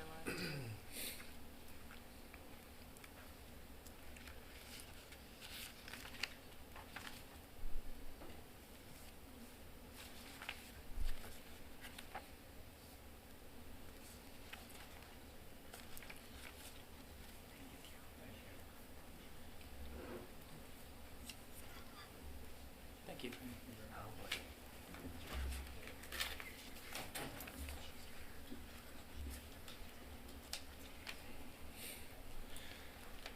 I conducted the initial inspection on October 6, 2021. A violation of storage on a vacant parcel was observed. The roof of a pole barn was observed. I have not been able to contact the property owner, and he has never attempted to contact me. The property owner lists this address as on the property appraiser as his home address. On November 12, 2021, a corrective action inspection was conducted on the property. The property was still in violation and notice of violation was issued. On December 17, 2021, another corrective inspection was conducted. The violation was still present, and notice of violation was issued. Notice of hearing was issued. And on January 2022, I conducted the final inspection on the property, and the violation is still present. All right, as first matter, what's been proposed as exhibits A, B, and C are admitted as evidence. Is there anyone else from the county who wishes to testify? Oh, I'm sorry. Let me introduce you. You don't need to introduce me. I've been talking all day. You're fine. Thank you, though. Joanna Coutu, Land Development. This is a Coastal Lakes residential CLR zone site. It should be vacant. We do not have any permits for any primary structures. Okay. Mr. Bruner, you took a look at the photos already. Yes, sir. Have you ever seen Ferris Bueller's Day Off? Oh, yeah. In page A3, just want to hold it up. I don't know if people have seen it. It appears that I can only represent this as the Citrus County version of Ferris Bueller. There appears to be a banner that resembles trees posted on a fence. Can you tell me what that is? That's a gate. It's a gate. Yeah. I've never seen, but I really respect it. I respect it. Can you tell me what's going on? No, I'm just trying to get a surveying crew out there to survey the property. And the pole barn, from what I've gathered in my research, can be constructed back into a residence. However, all my surveying crews, I can't get nobody out there for 3 or 4 months. That's the first action I got to take before I can apply for a building permit, which I have been working with Future Construction out of Hernando County to start working on permits for it. I think the issue here is that you can't really use it for anything until a principal use is established. So you may be able to build a pole barn, I don't know. Right. But you can't do that until the principal use is established. Gotcha. Does that make sense? Yes. Um, So it needs to come down. in order to abate the would I be accurate in saying that yes, it needs to come down in order to abate the violation, or a principal use needs to be established? Yes. Do you have plans to establish a principal use? Yes. And how much time do you need to do that? I'm just waiting on survey so I can put all my documents together for a building or a building permit. From the county's perspective, does that abate a violation if a permit is obtained, or does it actually have to be established? Yeah, you would have to have that residence established. Meaning it has to be built. Right, and there is a portion of this lot that looks like it's in a flood zone, so you're gonna have to deal with that with your Okay. surveyors as well. Okay. Yep, they're gonna do the mean annual flood line for me. So is there any paperwork I can do to not have to tear it down, or does it need to be torn down? How much time do you need to build this thing? We gotta get the permits first. I mean, Well- without a survey, I can't do anything, really. How much time, let's just give me if you know, once you get a permit, how long would it take? Oh, it's gonna take a year. A year.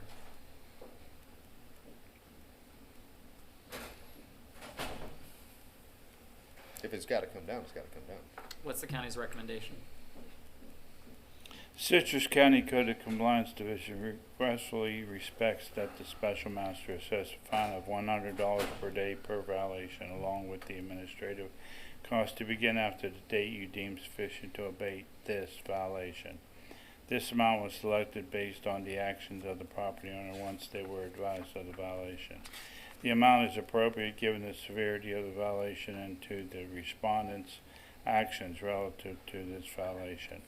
We would also ask the special master to find that it is the respondent's responsibility to contact the Code Compliance Division when the violation has been abated in order to allow for reinspection. How much time do you need to get rid of the pole barn? Give me 60 days and go. Okay. I am gonna find that the property is in violation. I adopt the county's proposed findings of fact.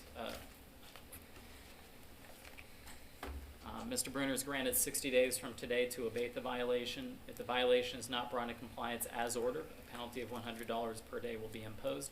This fine will be recorded and will constitute a lien on the real or personal property of Mr. Bruner. The county attorney's office may seek foreclosure or money judgment on any unpaid lien of record 3 months from the date of first recording. The property owner shall be responsible to pay all costs required by county ordinance or regulation, which may also be filed as a lien of record. Thank you, Sounds sir. good. Thank you. Thank you. Oh, and I didn't wait. Sir, you wanted to be heard on this case, and you don't want to be heard anymore? All right, all right, I apologize. The next case is going to be Christopher A. Swift, case number 215-0087. Code Officers George Pearson, page 19 of your agenda. Ms. Joanna Coutu is going to be the expert.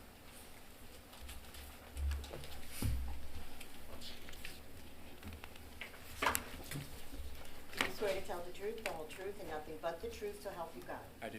And your name for the record, please? Christopher A. Swift. Thank you. My name for the record is George Pearson. I'm a Citrus County Code Compliance Officer. The case number is 21050087. The violation is storage on a vacant parcel, a violation of Citrus County Land Development Code 3102, Section A. The address is 11573 East Steamboat Drive, Floral City, Florida 34436. Property owner's name is Christopher A. Smith. Good service was made by posting a notice of hearing on the property and on the bulletin board dedicated to such postings at the Lecanto Government Center. I would like you to authenticate and request the following be entered into evidence. Exhibit A, photographs I took on September 8, 2021. The photographs depict the violation of storage on a vacant. Exhibit B, copies of notice of violation, notice of hearing, affidavit of posting, and property appraiser's report. Exhibit C, photographs that I took on January 14th, 2022. The property was still in violation. Mr. Swift, I'd like to ask you to review these documents and let me know if you have any objections to them being used in evidence.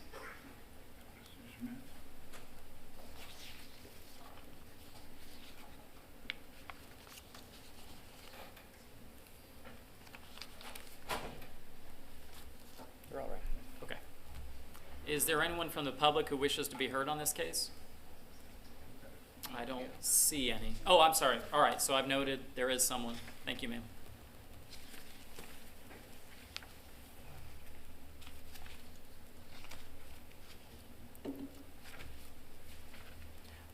keeping track? I mean, do you know ahead of time? Yeah. Okay. Oh, really? Thank you. First time for everything. No, it's not. I was accused of looking dapper. I've been called a lot worse, especially by people here. All right, what's been proposed as exhibits A, B, and C are evidence. Okay, I conducted an initial inspection on September the 8th, 2021. I found that there was items stored on the property. I spoke with the property owner who advised that he was in the process of getting a primary residence on the property. A corrective action inspection was conducted on October 20th, 2021. Property was still in violation and notice of violation was issued. On December 16th, 2021, another corrective action was conducted. Initially, only a boat and camper were on the property. During the inspection, a utility building and storage container were added.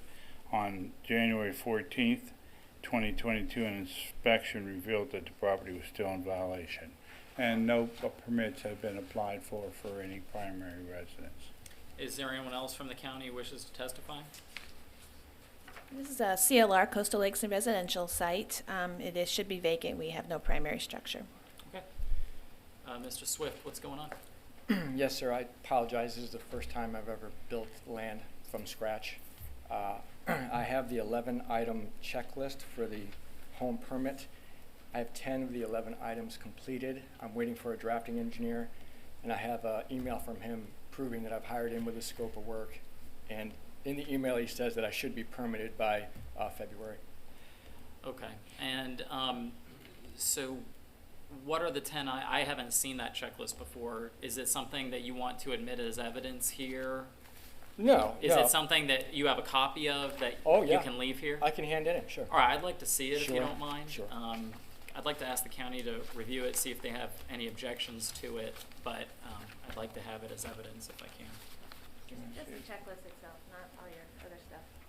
That's just proof that, Oh, The you want to drafting give the engineers. email from the draftsman? Okay. yes, ma'am.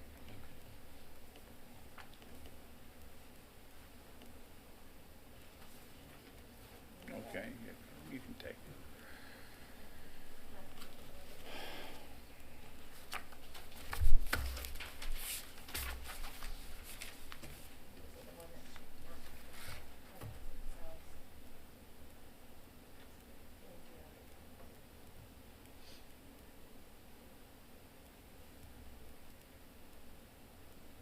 He's got everything but 11. Oh, okay. Oh, he's got Mike Wilbur.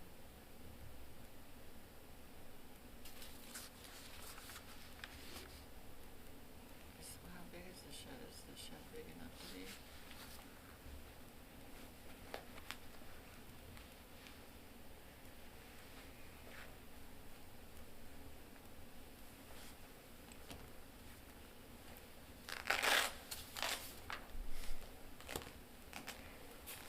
So I have that applied for building permit. Thank you. Thanks, Joanna. Now, you sure you have a copy of this? Yes, sir. Okay. Then what I'm going to do, not hearing any objection, is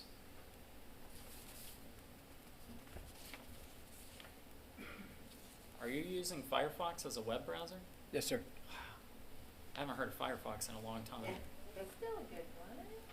Do you use No, I Firefox? use Oh, okay. I'm not prejudiced against it. I'm just surprised. All right. So the Citrus County Residential Application Checklist will be respondents A. Email from Scott Elling will be exhibit B. And the Elling Group documents will be respondents C. And I'm just going to take a moment to review.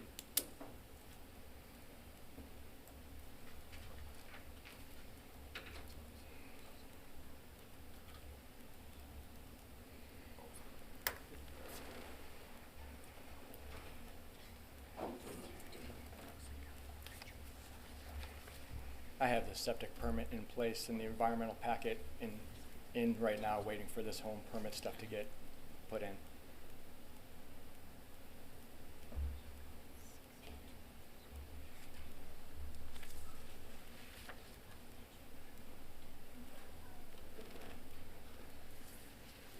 communicated any of this to code compliance before today?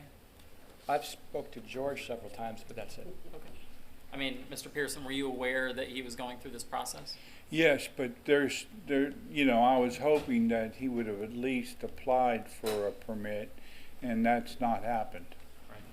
I had an issue with several vendors that dropped off the map of the earth and wouldn't call me back and get a hold of me, so I'm behind 3 months.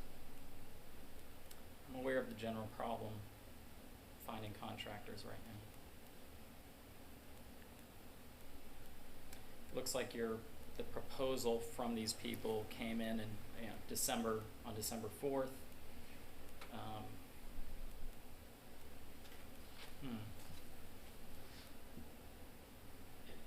How much time do you need to, well, actually, let me ask the county this.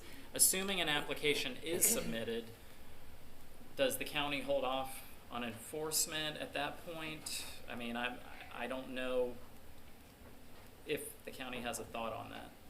Scott, you got anything on that? I mean, we try to, when we know people are working with us, then we do try to I know. give them time. I mean, technically, it needs to be there and have CO before all this other I know. stuff.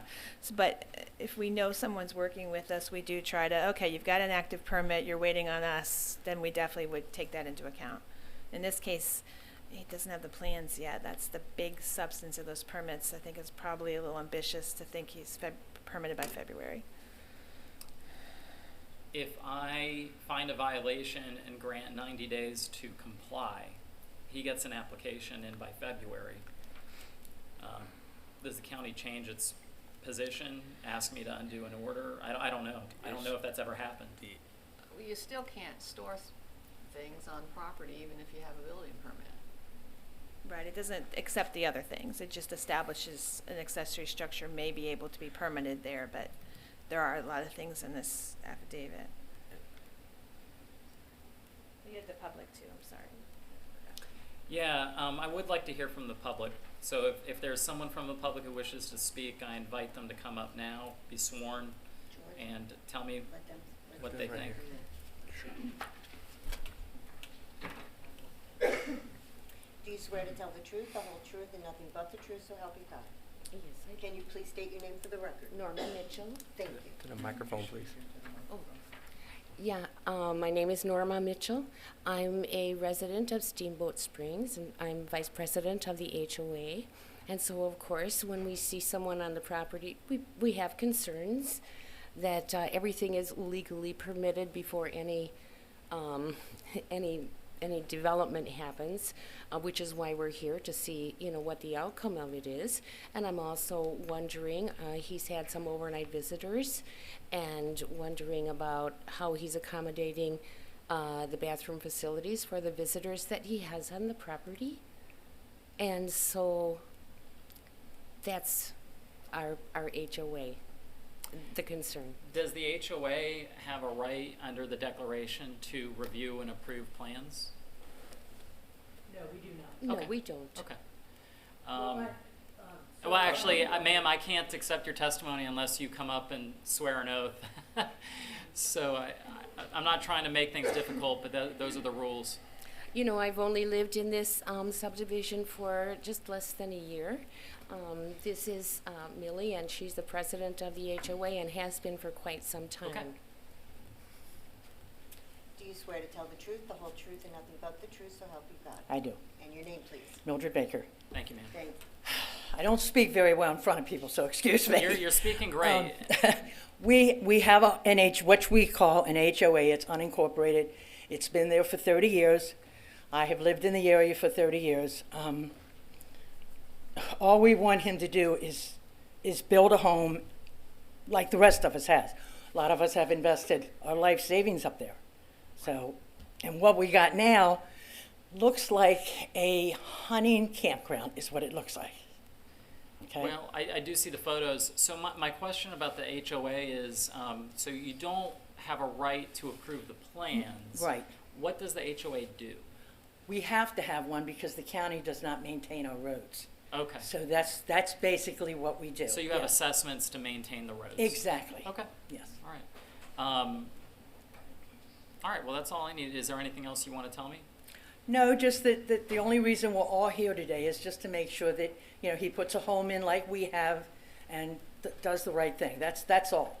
And as he stated, he states that he has applied for a septic system, but he also has an illegal septic system in the ground right now. So that's another concern. All right, well, thank you, ma'am. You're welcome. Thank you.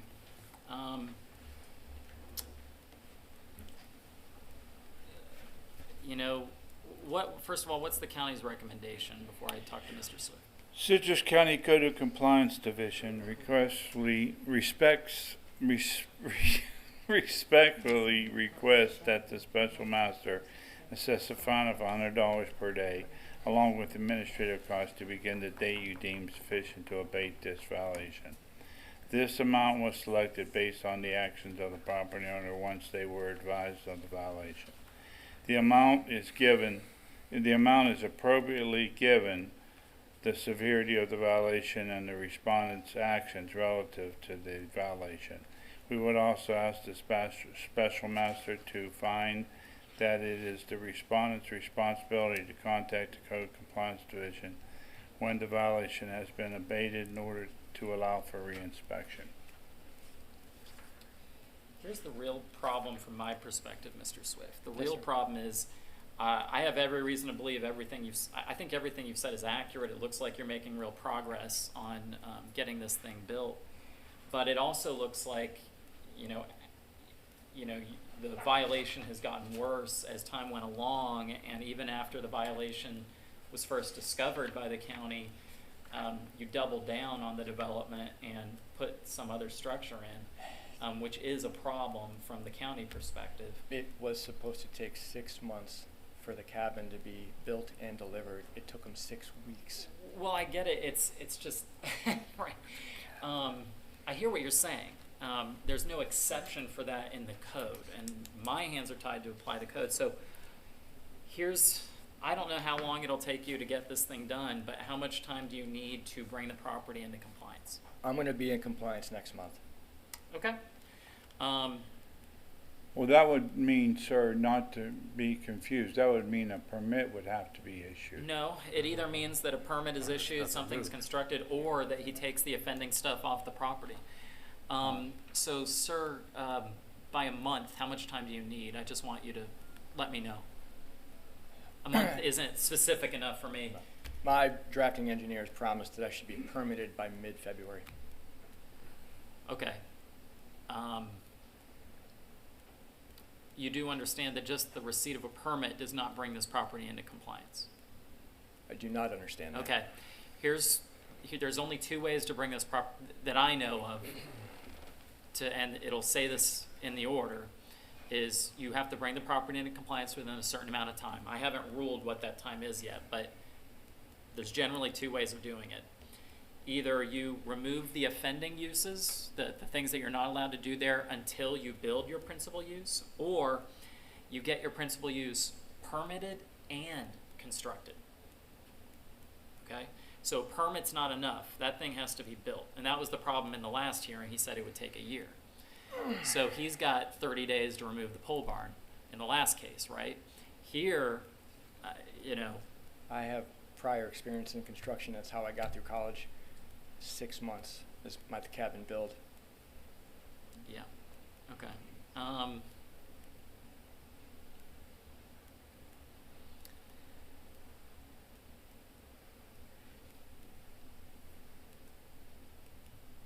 Mr. Swift, the property is going to be, I do find that it's in violation. I think it's undisputed.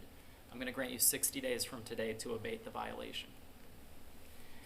If the violation is not brought into compliance as ordered, a penalty, did the county give me a recommendation? Yes, sir. It was I $100 said per day. $100 per day. Look, the main reason being, if it was just the boat, but I understand things came ahead of schedule, but the violation got worse, not better. If the violation is not brought into compliance as ordered, a penalty of $100 per day will be imposed. This fine will be recorded and will constitute a lien on the real or personal property of Mr. Swift. The county attorney's office may seek foreclosure or money judgment on any unpaid lien of record 3 months from the date of first recording, and you will be responsible to pay all costs required by ordinance or regulation. which may also be filed as a lien of record. Thank you. Sir? I don't know how I'm gonna do this. Well, the other issue is that, and the reason why there's no, frankly, there's no flexibility under the code, but there are sanitary concerns apparently. So that's the end of my ruling. And you have a right to appeal it. Sir, is there someone else who wishes to be heard?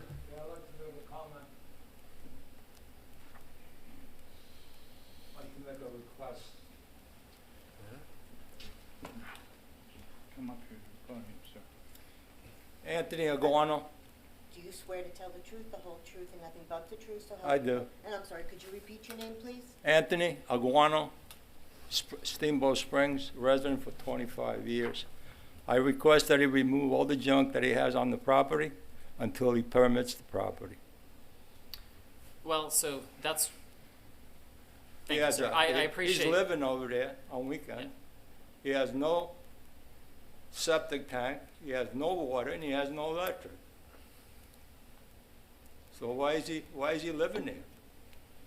And he's got junk, I consider junk. It's not a home. So why should he be allowed to live there? Thank you, sir. That's what I'm requesting.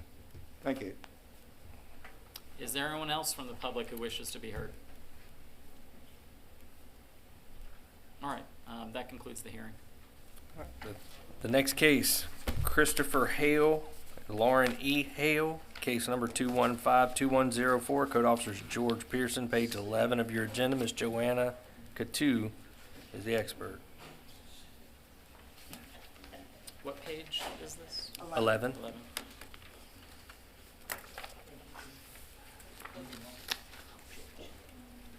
Do you swear to tell the truth, the whole truth, and nothing but the truth, so help you God? I'm gonna ask you to say your name and spell the last name, please. Christopher Hale, H-A-I-L-E. Thank you. Thank you, sir. I said it right.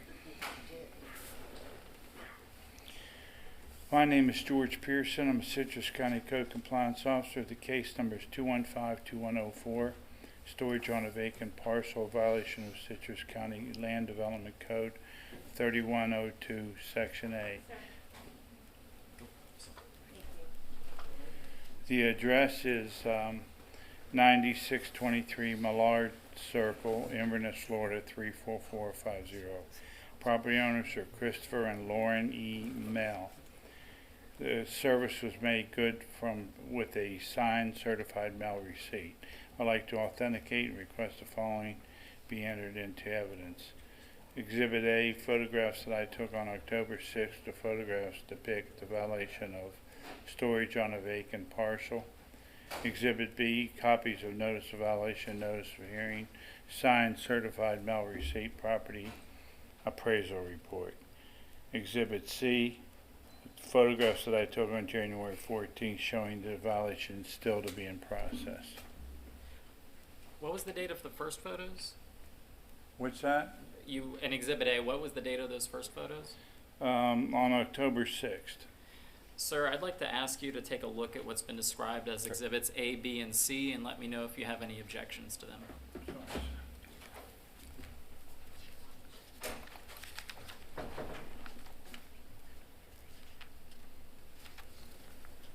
These are all the same days? No, These were the different days? This is a different days, and then Oh, I see. this is their time and date stamps. These are all the documents, and then the final inspection was there. That's fine.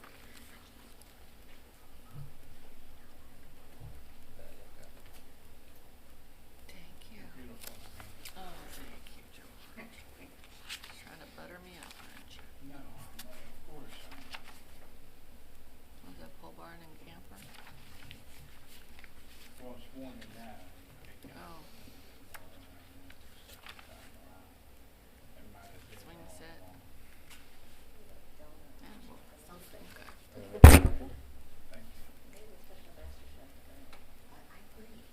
Thank you. Is there anyone from the public who's going to want to be heard on this case?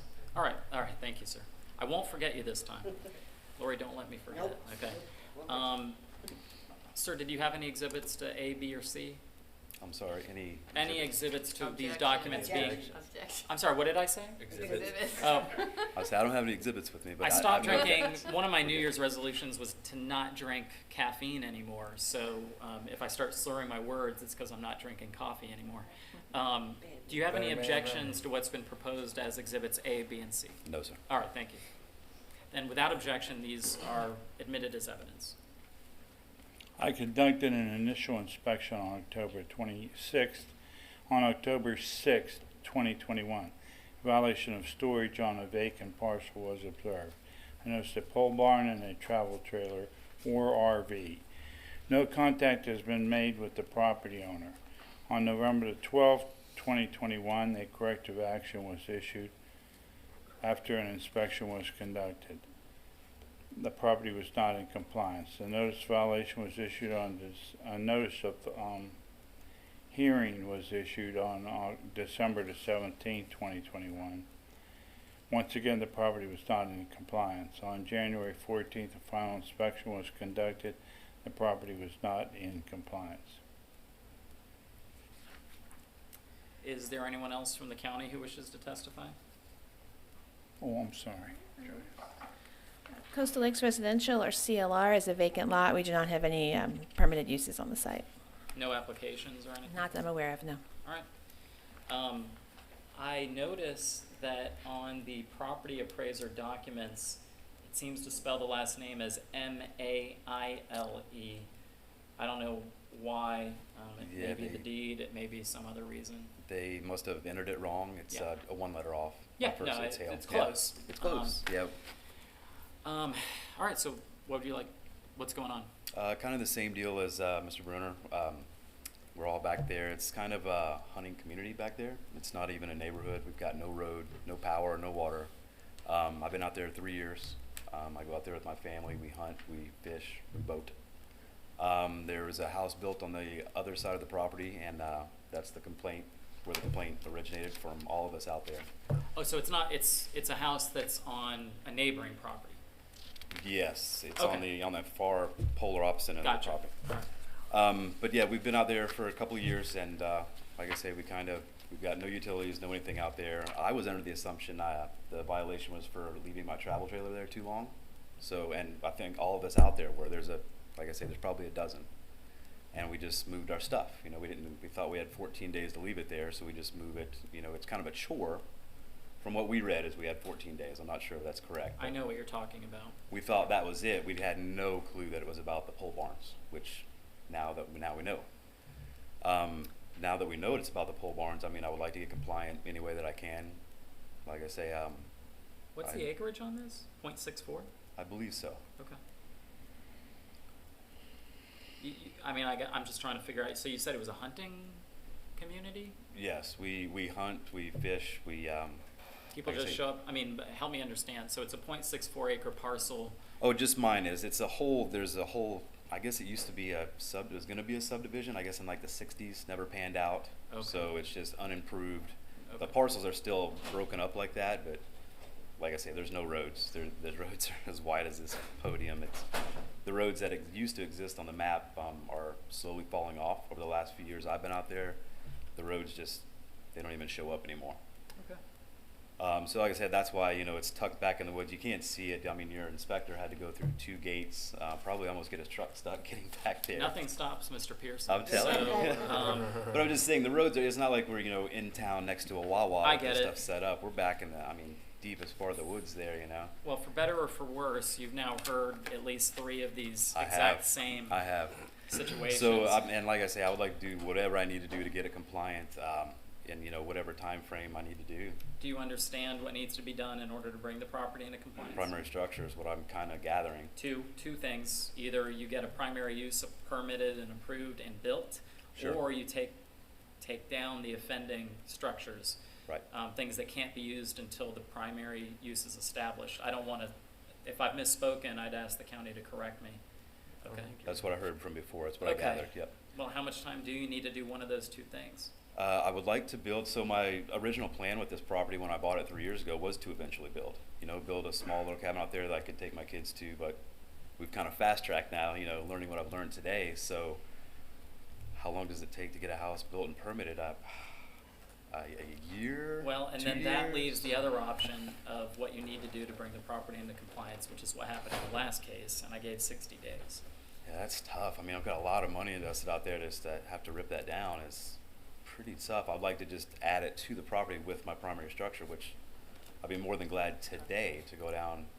But as Mr. Bruner told you, we've been trying to get inspector surveyors out there to survey our stuff to where we can put a site plan up. And at that, as soon as I would get that, I could pull the trigger on a contractor that day, and however long it takes them to build. So I'm invested. This spot is 45 minutes from my primary residence. I can like put my boat in right there. I can take my daughters right there. I mean, I'm invested in this spot. I don't want to give it up. The only way we can be consistent with the rulings today is if the property is in violation, which it is. Sure. And then, I'm sorry? Oh, no, I know. And then a member, and then an amount of time be given that's reasonable for you to bring the property into compliance. Sure. Before I do issue the ruling, of course, I do want to hear from anyone who's shown up who wants to speak.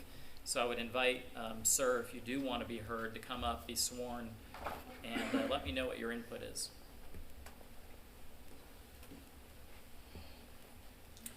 Do you swear to tell the truth, the whole truth, and nothing but the truth, so help you God? I do. And your name, please. Dean Griffith. Thank you. The lotting that Chris is talking about, he has .58 acres of land there. And what he has currently done, my husband and I have built a new house. We've bought almost 10 acres of land. We've built a new house. We went through all the county permitting procedures, and it was quite difficult for us because we wanted to bring stuff on our property to store, but we knew we couldn't do it without a building. We put in the permits for a metal building on a concrete slab, no electricity, no plumbing.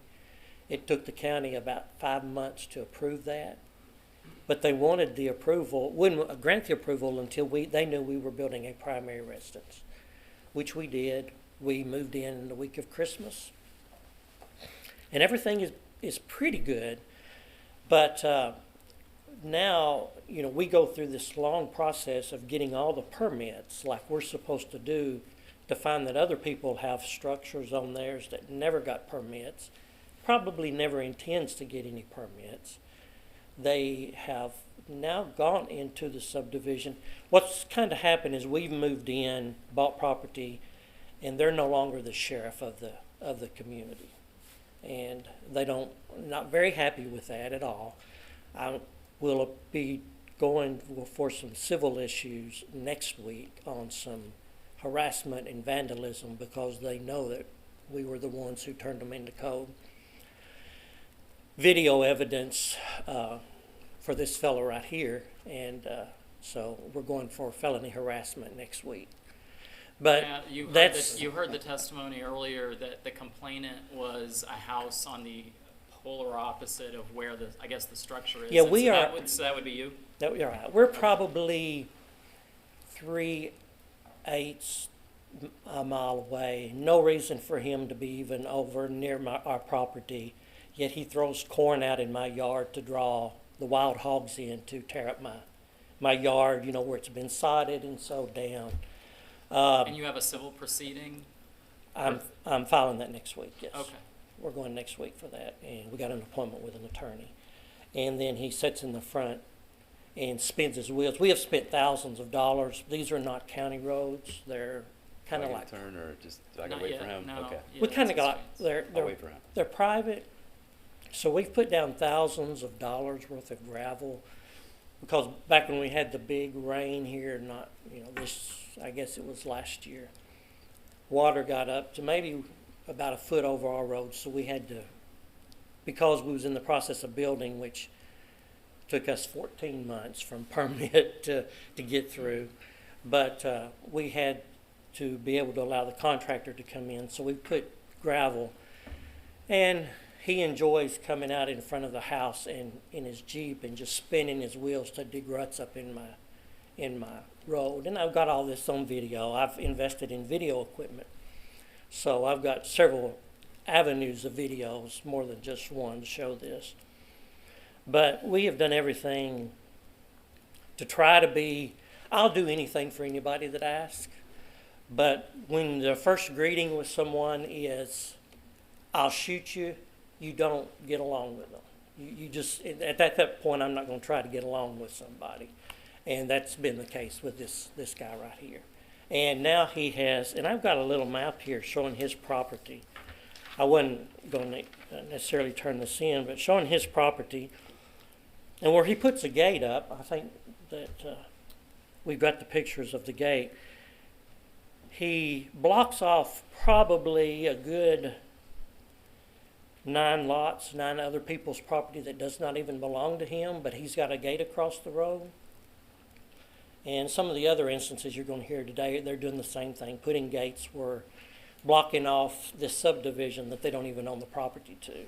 I will say I'm not aware of that, but it's also not before me as code enforcement. I don't know if that's relevant. It may be relevant for a civil issue.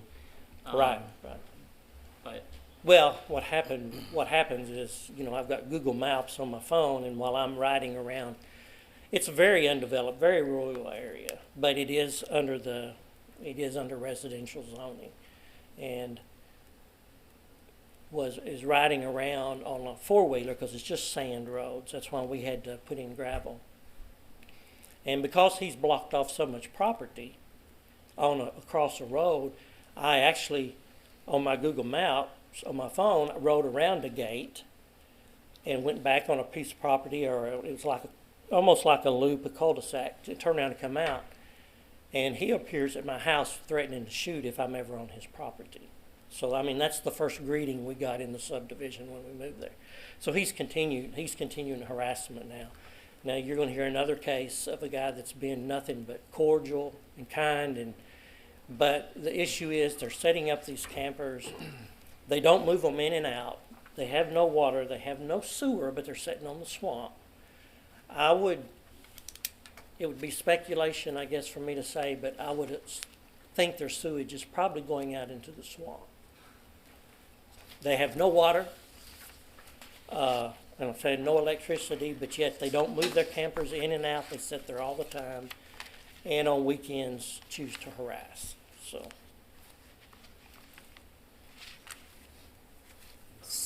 all right. So, is there anything else that you want me to know?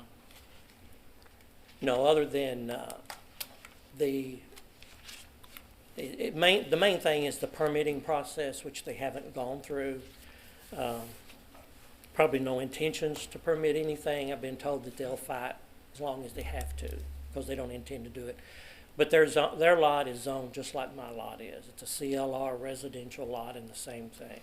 And I think it ought to be done correctly. And if that means their structures need to come down until they get the proper permits, then that should be done. But not to. I don't think it's really in the county's best interest to say, well, you can keep them up and then get them permitted, because I venture to say that never happened. Well, we haven't done that yet, so I appreciate your feedback. Sure. All right. Yeah, let me. Okay. If I'm keep it interested short, if there's anyone else from the super public, but short. I do want you Yeah. to have an opportunity to respond. Yes. I'll keep it extremely short. The first time I met this guy, like I said, I've been there 3 years. The first time I met him, he did ride his side-by-side down onto my property. He trespassed. I took that up with him. I didn't say I was going to shoot him. I told him there was going to be problems. I did have a gun on my hip. Like I said, it's woods and there's animals out there. I did not say I was going to shoot him. But that's not for this court, right? He trespassed. That was our first meeting, was don't come back on my property. And that was probably the week that the code got turned in. So it's kind of pretty short order. And as far as the rest of that stuff goes, he's just crazy. And we'll figure that out in another court, it sounds like, but he's just crazy. And as far as the harassment and everything else goes, like I say, we were a pretty quiet community out there before these guys moved in. So, and that's all I really need to say about that this time. But I think there is some overlap between what he said and what you've said, and that is that oftentimes people are frankly unaware that these rules even exist that require permits and things ahead of time. Correct. And yet they they do exist, and you've heard how they've been applied today. Sure. That's the relevant issue before me. Sure. So I know it's unpleasant, but I mean, how much time do you need to bring the property into compliance? In either way? Well, actually, let me tell you, I'm gonna do 60 or 90 days. Okay, I mean, Which the one more, would you the more the prefer? better, yeah. I mean, 90 if I've got a pull, and 90 is what, taking the pole barn down? Yeah, I did Whatever. 60. I'm sorry. Yeah, no, I'm sorry, if you What is wanna, that? if you wanna speak. For whatever, if he gives you 90 days, you got 90 days to do whatever you need to do to get it in compliance. If you can get the permit and get everything squared away in 90 days, get it built, whatever, or if you have to Build a remove house in them. 90 days? I'm not saying that's Right, I feasible. mean, I'm just saying Okay. that the response to that would be whatever. Well, that were the you two get done. options laid out to me before, and I would rather that option if time permitting, but if I It only... isn't, and the main Okay. reason is that, first of all, the code, it's never, as far as I know, been done by a special master, that much time has been given when there's an actual pending violation, number one. Gotcha. Number two, there's no guarantee it'll ever get fixed in that scenario. So, I gave 60 days on another case because the violation actually got worse as time went on. That's Sure. not the testimony here, so I'm willing to give 90 days. Do you have any other comments on that? No, I mean, if that's 90 days to get it compliant, then after that, then moving forward to put a structure, I mean, do I kind of have to start over? Is that the deal? That's a matter between you and the county. I Okay. don't handle that. I don't know if Joanna wants to speak to I just don't it. want to go I uncompliant just want to again. clarify the 14-day thing for RVs is on improved property. So you have to have a house there already CO'd, and you can stay there for up to 14 days in an RV. You can't do it at all on vacant. So moving in and out isn't going to help. Gotcha. You can't have that RV at all there until you get a house there. Okay. The other issue as to why there's really not, in my mind, a lot of wiggle room for giving more time or doing the other option is because the public is right. Frankly, it's not fair to have some people go through the rules and other people not, even if they didn't know about it. So we Sure. have to apply it equally. Is there anyone else from the public who wishes to be heard on this case? Well, you already had your chance, sir, and I'm about to... Okay. Mr. Hill, I am going to find that the property is in violation. I'm going to grant you 90 days from today to abate the violation. What was the county recommendation, $100 per day? Yes. All right. If the violation is not brought into compliance as ordered, a penalty of $100 per day will be imposed. This fine will be recorded and will constitute a lien on the Hales real or personal property. County Attorney's Office may seek foreclosure or money judgment on any unpaid lien of record 3 months from the date of first recording, and the property owners shall be responsible to pay all costs required by county ordinance or regulation, which may also end up getting filed as a lien. Okay. Thank you. Got it. Thank you, sir. All right, the next case would be Jerk L. Hamill, case number 2153458. Code Officers Allen Jonathan, page 7 of your agenda.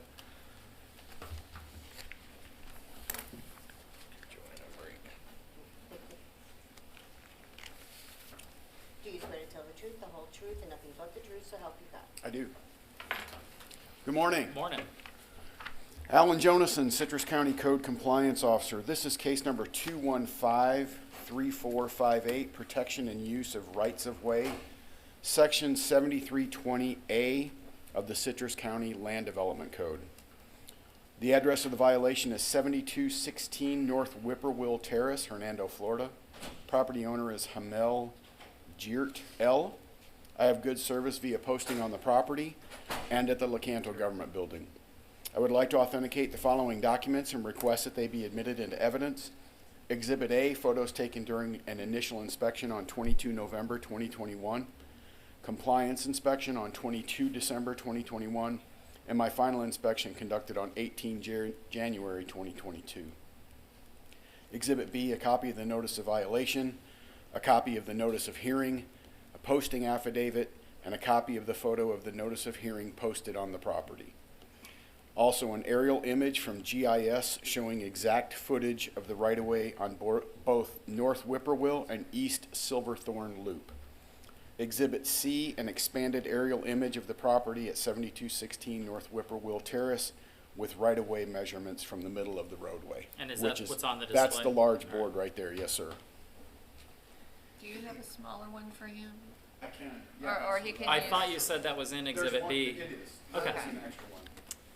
Yeah, so you can. Is anyone from the public here on this case? Yes, it was.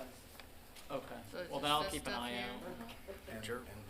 And the mounds too, Yes, ma'am. okay. Yes, ma'am. And I'll get into the measurements in my testimony. Were we expecting respondent or? We were expecting We him. were, Okay, all right, but I do think there's a member of the public. okay. Thank you.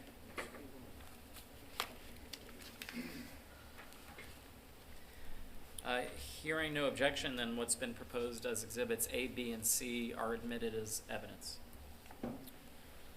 On 22 November 2021, I conducted my initial inspection and observed the property was in violation. There were numerous plants as well as mounds with bushes planted in them, clearly in the right-of-way, which is a violation of the ordinance listed above. On 22 November 2021, a notice of violation was issued for protection and use of rights-of-way. On 22 December 2021, I conducted a compliance inspection and observed no change to the property. As of my final inspection on 18 January 2022, the property remains in violation, and I have not had contact with the property owner. So lay out for me, Yes, sir. like I'm a kindergartner. Yes, sir. What's going on in this one? So, I did. Can I obviously right here, 7216 North Whippoorwill is the address. It's a corner lot. Right. The right-of-way on Whippoorwill is a 30-foot. And because it's larger than the 25-foot on Silverthorne, because this is a utility easement. Right. There's utility lines there. So when I did my measurement, the distance to the shrubs, you can't really see them in here, but you can see them in the pictures I gave you. There's a set of shrubs that are planted far out by the roadway. Yeah, there appear to be 3 on page 1 of 15 in Exhibit A. I guess that's on Whippoorwill. That would be Yes, on Whippoorwill. And there's more on Silverthorne. as Yeah. well. Okay. And the distance on Whippoorwill to those plants is 13.7 feet. The right-of-way, again, is 30 feet from the center of the road, and those plants are at 13.7. Now, there's a mound that you can also see on Whippoorwill, which has wood chips in it, and it's got plants planted in it. The distance from the middle of the road there to the edge of the mound is 22.4 feet, which is about 8 feet too far out. Now, on Silverthorne, from the center of the road to the edge of the plants that are near the road is 12.2 feet. And again, the right-of-way is 25 feet from the center of the road. So those have to be moved in about 12 more feet. Is the tree on not Whippoorwill? What's the other one? Silverthorne? Silverthorne. Do you see where the tree is off Silverthorne? I'm looking at page 5 of 15, and I don't know if you measured or it's not between the utility poles. Okay. Because I didn't go onto the property. Okay. And so then my next measurement was the other hill on Silverthorne. And the measurement that I took there is from the center of the road is 17.2 feet, which is again farther out than the 25-foot allowed. Where are you getting the right-of-way measurements? These measurements came from the GIS folks upstairs. Geographical Geographical. systems. Our mapping folks.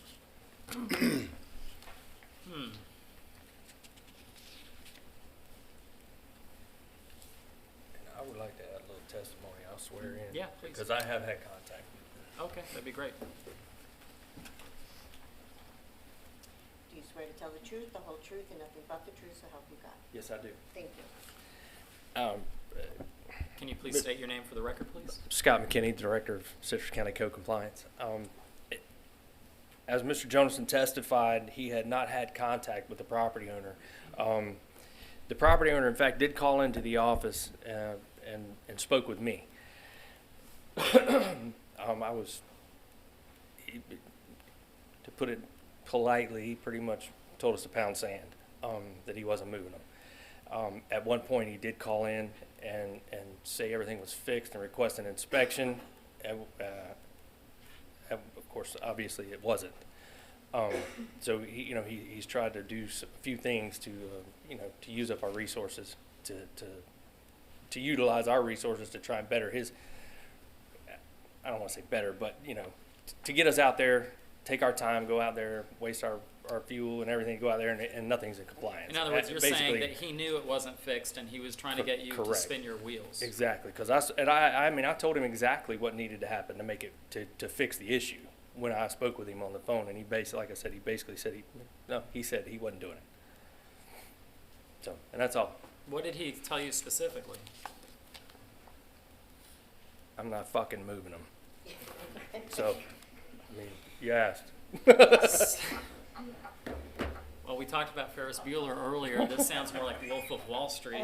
All right, let me take a moment to review the code section.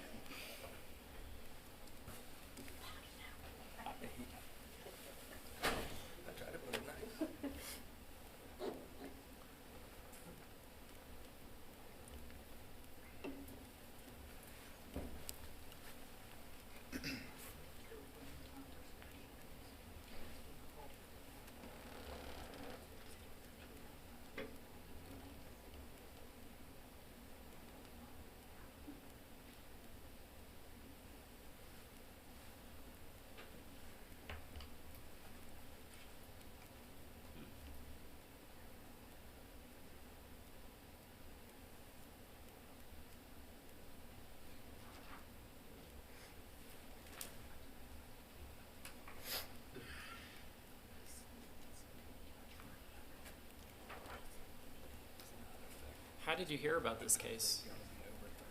It was submitted, it was a complaint. It was a from the complaint? public, yes, sir. It was.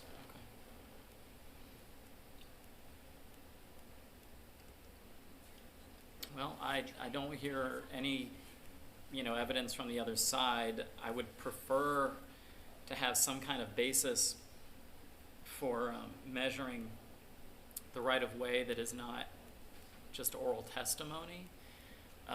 But we do that regularly with property lot lines in these hearings anyways. So what's the county's recommendation? Citrus County Code Compliance Division respectfully requests that the special master assess a fine of $150 per day, along with the administrative cost to begin after the date you deem sufficient to abate this violation.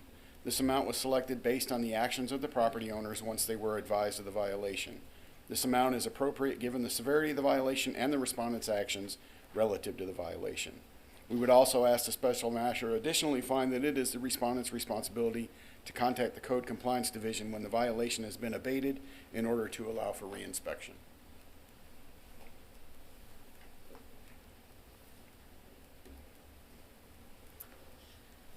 The property is found to be in violation. I adopt the county's proposed findings of fact. The property owner is granted 30 days from today to abate the violation. If the violation is not brought into compliance as ordered, a penalty of $350 per day will be imposed. This fine will be recorded and will constitute a lien on the real or personal property of the owner. Departing from the county's recommendation due to the unwillingness of the person to cooperate, and that's it. The county attorney's office may seek foreclosure or money judgment on any unpaid lien of record 3 months from the date of first recording. Property owner shall be responsible to pay all costs required by county ordinance or regulation, which may also be filed as a lien of record. Thank you. All right, the next case, Gordon Price, case number 215-2101, Code Officer George Pearson, page 14 of your agenda. The expert will be Joanna Coutu. Mr. Johnson, just to be clear, that expanded aerial has to be put into evidence. Yes, Okay. sir. All right. I'm sorry, Mr. McKinney. What page number was it?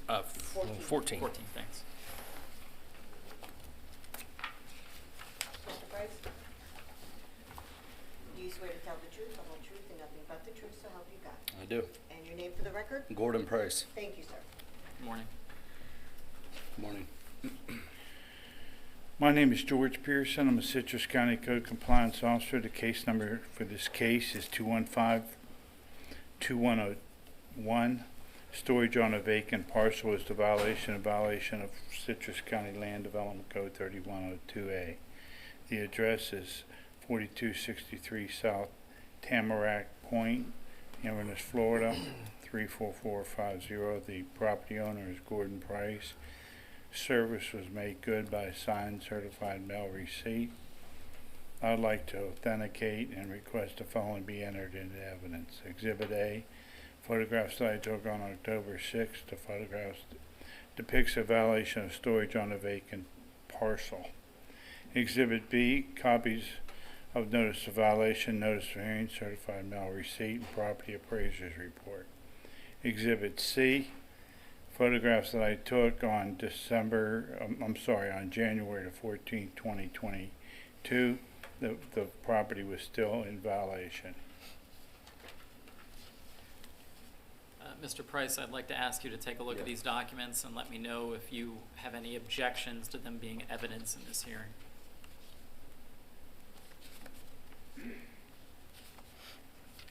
That's basically them. That was it. No, there's Oh, there's some more. Okay. there's C, Yep. which I couldn't inspect your property. No, I got you. I forgot to mention to everybody at the beginning of the hearing that these hearings are posted on YouTube, so they do become public, just FYI. So watch what I say. I mean, the person who really needs to watch what they say is me, not you. When I start judging people based on their Christmas movies, it could be the basis for an appeal. You know. I'm still not over it. Die Hard is a great movie. It is not a Christmas movie. Thank you. Is there anyone from the public who's going to want to be heard on this case? I don't see any. All right. He left. I'm the nice neighbor. Okay, all right, well. All right, then, without objection, what's been proposed as exhibits Yeah, that's all correct. I'm sorry? All them photos, that's all correct. Gotcha, all right. A, B, and C are evidence. Mr. Pearson? I conducted an initial inspection on October 6, 2021. A violation of storage on a vacant parcel was observed. I spoke with the subject who identified himself as Gordon Price. He stated he would comply by placing a primary residence on the property. As of this time of this report, no permits have been issued and or applied for. On November 2nd, 2021, a corrective action inspection was conducted. The property was still not in violation, and notice of violation was issued. On December 7th, 2021, another corrective action was conducted. The violation of storage on a parcel was still present. A notice of hearing was issued. Storage on the property was a camper, an RV, and a utility building. On January 14th, while en route to the location, I encountered a gate that was placed across the property, prohibiting me from viewing the property owner's the violation. I contacted him, and he said that, and I asked him if I could have access to the property. He said under normal conditions he would not have a problem with it, but because he was in the Tampa area, he was not going to be able to get to this area. Because of the Martin Luther King holiday, I had to do my inspections on Friday, January the 14th, instead of the day before this hearing. And he assured me that the property would be resolved, the problem would be resolved by then. By the time of the hearing? Yes. Okay. Mr. Price, what's going on? Okay, so, and Mr. Pearson's been in contact with me the whole time. He's been awesome. He's been trying to help me in any way he can, keep me informed and everything. So back in May last year, I bought this property. Here's from Century 21, yada, yada, yada. On a waterfront property on a private island nested in Tulsa Popka Lake. These parcels haven't been available for years, accessible by four-wheel drive only at this time, would make a great escape camp and or airboat destination. Enjoy lakefront activities, shaded barbecues, peace and quiet. There's no homes, electricity, water on this island, yada, yada, yada. You get it. You guys say it's residential. You're calling it residential. If you were to follow me back there, it's 2 miles from the nearest house. Now, like they said with these gates, there's 2 gates up front, which it is like, I mean, I could pull what the HOA people did back there earlier. It's an HOA hunting community, absolutely. Once you drive 2 miles back, 4-wheel drive, you got to cross a river. I guess I'm still not getting this. So everyone's calling it a hunting community. Is it that people just violate everyone's property lines and go shooting things? Like No, how what is it is, it's been a hunting community back there for over 30 years. It butts up to the Flying Eagle Game Reserve. Got it. FWC comes back there and says, man, you got the perfect piece of hunting property. I sure do, come on up here. So anyway, okay. FWC's been back there That since makes sense. this. All right. There was actually a bad accident out there about a month ago. We just happened to hear it. We saved these people's life. We had to get them bay-flighted off our property and everything. FWC come back and they kind of feel the same thing. They're like, it's a shame that there's people calling, but anyway, regardless. So yes, there is a additional gate now, which is the red one in the photo. There is a main airboat crossing there that is very, very, there's a lot of boats go through there. It's dangerous. When you got 4-wheelers or vehicles coming through there, you get an airboat coming through, you don't hear it. That's how that accident happened. I'm not punishing you for the No, gates. I get it, but I'm just explaining that's why the gate's there. Yeah. With that also being said, that is a private island back there. There's only a total of about 15 lots. I've been in contact with about 10 of the 15 owners on these. Nobody wants nobody back there. There's no buildings. It's been, when I say it's a hunting community, it's been a hunting community for 30 plus years. I could take you all over this area. There's people living back there in campers. There's cabins, there's houses, there's hunting cabins that have been up for 20 years, but now all of a sudden everyone's wanting to come back here and mess with us because 2 pissed off neighbors built a house, let alone inside of this gated community. So they typically, they might be lake estates or whatever, but they're not. They built this house inside this gated community that our HOA owner, put up. So they knew what it was. They knew what they were getting involved in. But now what they said, quote unquote, oh, well, they're not the sheriff here no more. We live here now. We don't care how long they've been back there. And so, you know what I mean? Yes, I get it. I don't have a pole barn. I understand, Mr. Bruner, Mr. Hale back here. Same thing. So my property, I got 2 new pictures now to show you what I did. Yeah, in the beginning I did have a couple trailers on there and this and that because you're out there working, you're busting ass for 2 weeks. You can't just keep driving stuff in and out all day. I did have a 28-foot camper out there that I drove. No, you do not. It has a holding cell. So we do have water. We have a storage tank. You take it out of there, you dump it, you bring it back. I don't do that though. We just use the shower every now and then. If it's illegal to take a shower outside of your camper and drain it on the floor, then, I thought this was America. The other thing is I have an outhouse. I've been an Eagle Scout. If you want to do your business, you're worried about septic and sewage, let me tell you, you dig a hole, you do your business, you bury it. Is that illegal? I mean, if you guys are just dealing with the silliest stuff in the world. Shrubs 12 feet from the road, a tent. So anyway, let me show you. I cleared this property, bought a property, bush hogged it, didn't take down no trees, put a fence around it. It's the first thing you do when you buy a property to keep people out. Until people are nosy enough to come all the way back there, then you put a gate up even further. The only thing on this property, if you come out here and look, we're actually planning on camping this weekend. There's a tent, 2 picnic tables, and I have a little bitty 4x8 lean-to that covers my dry wood. It doesn't need to be permitted. It's under 200 square foot. If you're calling it an accessory structure for something that doesn't have a primary residence, I didn't buy this to put a primary residence on it at first. Bought it to have a campsite, which is exactly what Century 21 told me. So there's no real structures. I did bring a shed out there. It's not mounted to the ground. It's on sleds. It can be moved from one end of the property to the other. It's a 5x7. It's engineered through the company I bought it off of. They told me it does not require a permit. So I brought it back there, and the only thing it does, it keeps our tents, keeps our chairs, keeps our charcoal, gasoline for our generators, keep the generators. It's just, you don't want nothing being stolen, so we figured we'd just put a small shed that did not require a permit. I don't, and then not even that, I've been camping out here for like 7 or 8 years. In the beginning, you could not see this property from the road. It was airboat access only. So we've actually been camping there for 6-7 years, but you would never know it. Now, when it said 4-wheel drive access only, me, by myself, I went back there for over 1.5 miles. It took me almost 6 months to clear this road just so he can get his vehicle back there. You couldn't get a 4-wheeler to this property. So yeah, I guess I kind of screwed it up by opening the road a little. But I mean, you can't get power, you can't get electric. I've called Seco, my electric company, said, hey, they want me to have the property surveyed and get power. He looked at me and basically said, you can't afford it. We can't get our trucks back there, you gotta drive through water. So I mean, it's like, that's out of the picture. You got the surveying companies, like they said, I've called over 10 different survey companies. They said, sir, you're so far back there, just to get a bench run, they don't want no part of it. So, and he did tell me to come in code compliance for a while.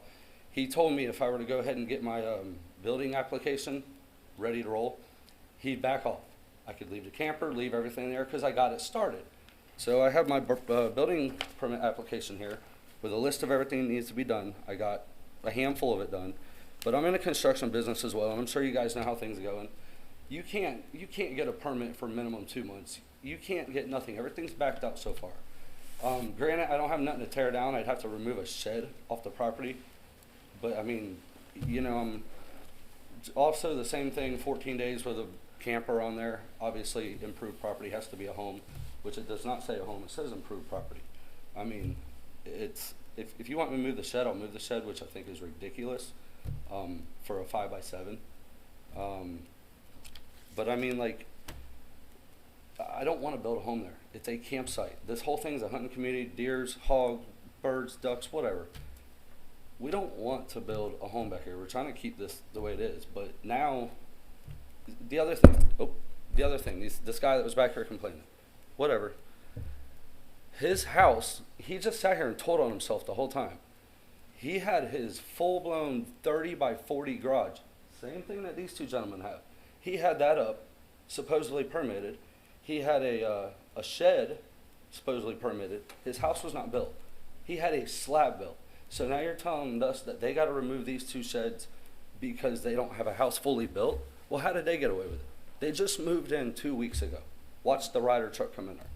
So granted, they had these two buildings completely constructed, boats, cars, vans, storage on a vacant parcel. They did have a applicant, which was open, but the house did not stand. It didn't even have walls. So how can they get away with it, but we can't? And that's not even me, honestly. That's them. I don't have a building.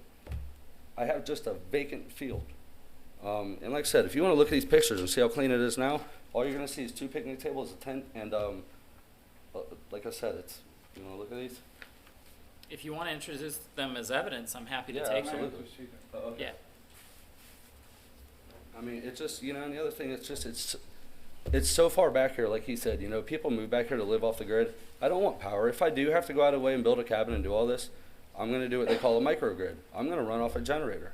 I don't want air conditioning. I don't want heat. It's, you know, so Seems like a great piece of property. I mean, I get what you're saying. and you know, as soon as you pull the first permit, it's not going to be a great piece of property because everyone from New York's going to move down here and say, oh, look.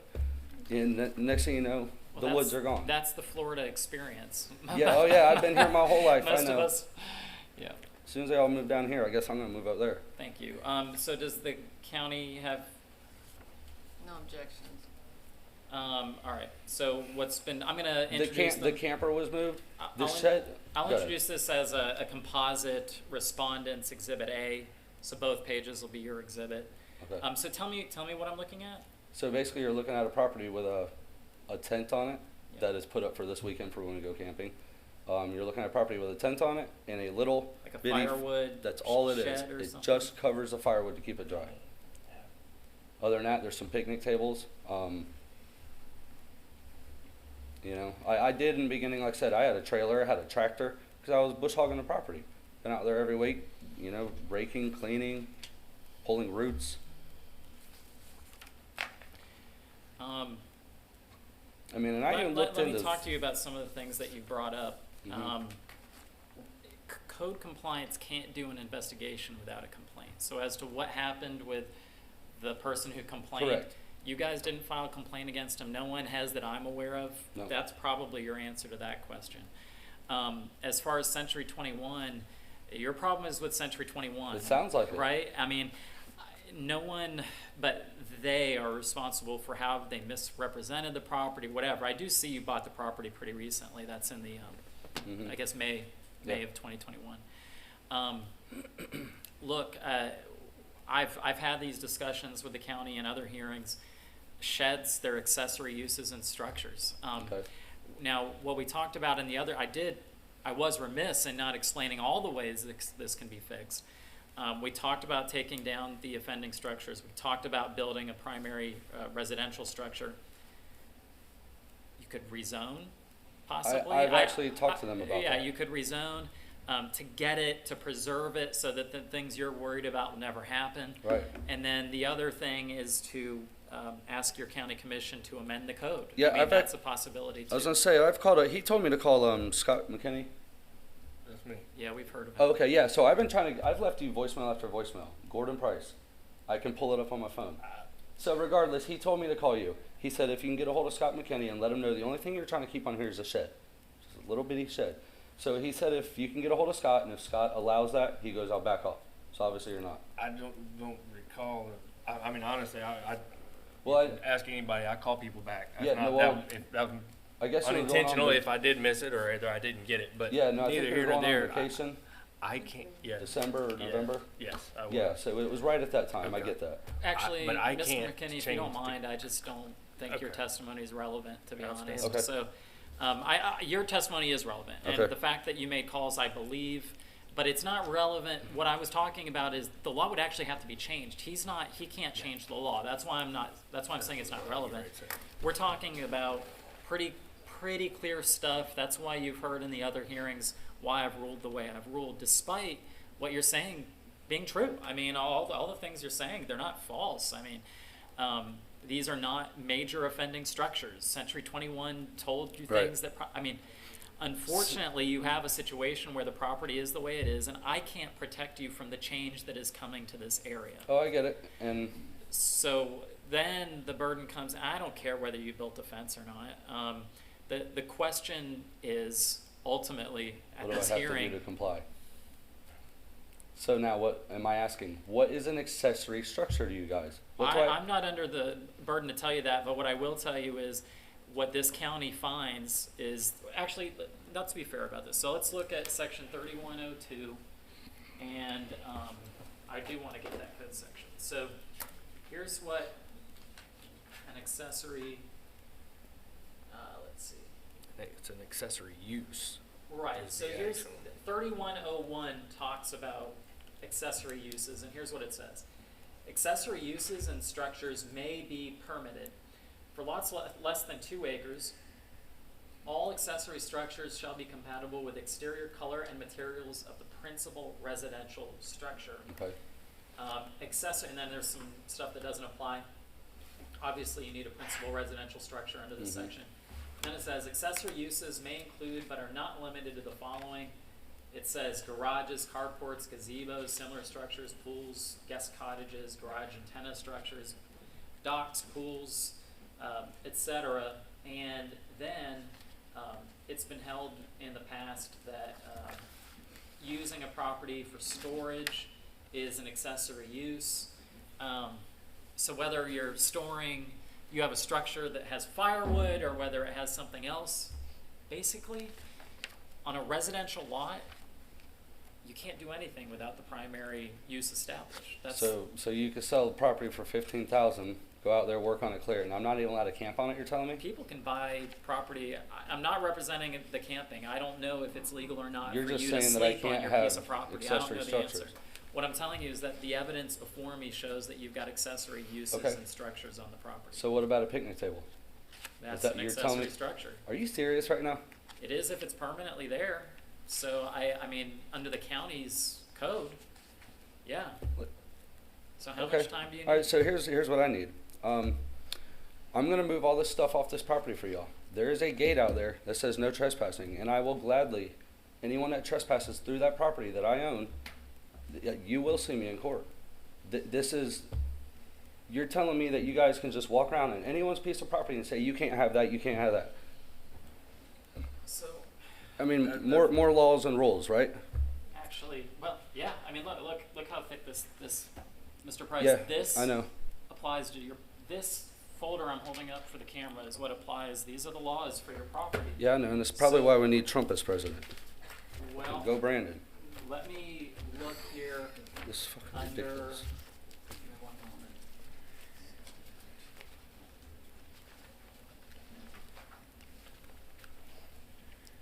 So who do I, Just give me one moment if you don't mind.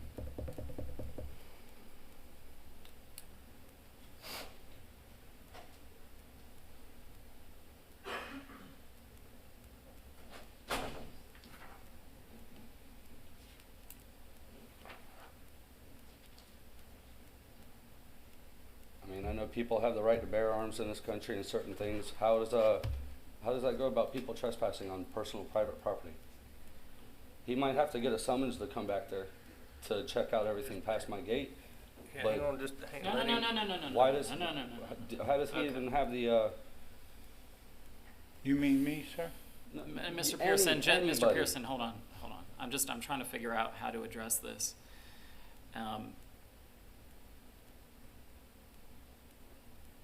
You know, Mr. Price, I understand, you know, like I talked about in one of the other hearings, that a lot of people are surprised when they realize the laws that apply to the piece of property because, like you said, people in America think that when they buy a piece of property, they Okay. can do what they want with it.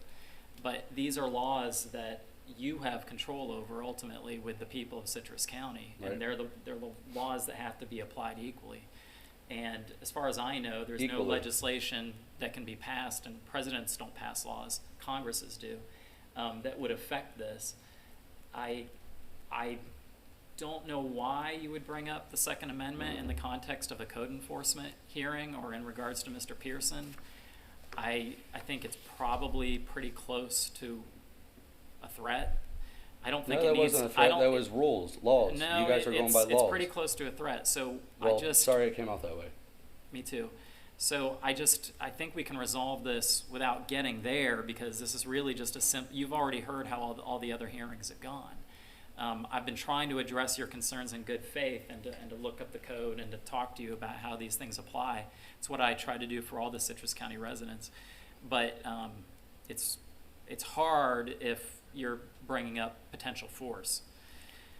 Okay, so- What I want to know is how much time you need to, fix the problem. You know, there's about 10 other people in that community. I'd like to see them fix their problem then. The property is found to be in violation. What's the county's recommendation? The county's recommendation is as follows. 1 second, sir. Citrus County Code of Compliance Division requestfully respects that the special master assess a fine of $100 per day along with the administrative cost to begin after the date you deem sufficient to abate this violation. This amount was selected based on the actions of the property owners once they were advised of the violation. The amount is appropriate given the severity of the violation and the respondent's actions relative to this violation. We would also ask the special master to find that it is the respondent's responsibility to contact the Code of Compliance Division when the violation has been abated in order to allow for reinspection. Is there anyone from the public who wishes to be heard on this case? Mr. Price, is there anything else you'd like to say? I guess I'll get everything off, and then what do? Call in for an inspection? How does that work? That is pretty much how it works. Okay. So then, yes, there's some, okay, so if I decide to go ahead through with the tiny home, I'm just waiting on a few things. You said everyone was equal, right? Well, I can get the permit process and everything rolling, but it's impossible for that house to be 100% built and completed for a final inspection by a 90-day. It's not going to happen because you heard the guy back here saying it took him almost, 5 months? I'm not going to give you 90 days. Okay, well, you going to give me less or more? Less. Less? Okay. Well, do I need an attorney? Where do I go with this? Because if I plan on building a home, you're trying to tell me to take down structures that are already in place. Not big structures, little things. I mean, you're talking about a wheelbarrow size. You want me to take these structures off while I'm in the middle of building a house and waiting on all this, which is Citrus County. Their permit office is slow. The engineering is slow. Everything is slow right now. The inspectors are slow. It's obviously impossible to have a tiny home completely built, and set up in 60 days. Is But- that really the county's recommendation? So what was the county's recommendation again? That was it? They assess a fine of $100 after if the property has not been resolved. I mean, But I'd like to get the permit going. So if I can start. Does anyone else from the county have any input on this? Joanna, did you testify on this already? No, she didn't. I'm sorry, I didn't. But it was identical to the previous case. It's a Coastal Lakes residential that's vacant. So, all of this, you've been right on. I haven't had a need to jump up and say, no, no, no. You're right, the uses are not permitted. It's use and structure, not, he's talked about camping. Camping's not permitted on a vacant lot, so. Okay. I mean, the part of the issue. Can I speak for a second? Yeah, of course. All I'm asking is if I get the permit in through the county, which I work here in Citrus County all day long, I know half the people in here. So if I can get this permit rolling within 60 days, and I have the construction started on this tiny home, can you guys say, okay, he's got it started, let me continue getting the septic tank put in, let me get the walls built, I already got trusses being made for it. How the county wants to handle it after this hearing is the county's business, and of So course that's what you I'm- can appeal my order as well. I mean, if you don't like Okay. it, you can appeal it within 30 days. I'm just really agonizing about how to handle it. Because I've been talking to everyone, and I got all my packets and everything ready. We're allowed to build a tiny home out there, and that's exactly what I want to do. If it went this route, I was hoping not to, but obviously I have to. So, if I'm in the middle of building it, that's all I'm trying to figure out. Who, if I need to appeal this, where do I go to appeal it? If I need to talk to the county about prolonging this a little while I'm building it, that's what I'm trying to figure out. Because we have spent lots of money on this Well, property. A lot of this is going to be between you and the county, not for this Like the hearing. building department, or? I'm not your lawyer, so I can't advise you on that. Okay. But I encourage you to contact the county and/or retain an attorney. Is that should I contact Scott Carnahan? I don't know who's. That's the county commissioner over my district? Talking to the county commission is always a good idea. Okay. They're great folks, and they can affect the law. They can change the law. They can give direction to the county. Okay. I don't think that Commissioner Carnahan will endorse everything that you've said at this hearing, because they're protective of their county employees. Mm-hmm. And I certainly can't, and that's what I'm agonizing over. I've never heard threats like that at a hearing before. I didn't recall saying a threat. No, you wouldn't. But you did. All right, the property is found to be in violation. Mr. Price, you're granted 30 days from today to abate the violation. If the violation is not brought into compliance as ordered, a penalty of $300 per day will be imposed. This fine will be recorded and will constitute a lien on your real or personal property. I'm departing from the county's recommendation due to the threat that you made. The county attorney's office may seek foreclosure or money judgment on any unpaid lien of record 3 months from the date of first recording, and the property owner shall be responsible to pay all costs required by county ordinance or regulation, which may also be filed as a lien of record. Okay. You have 30 days to appeal the order. Yeah, where do I go to appeal it? The hearing's over. Good luck. Yeah, have a great day.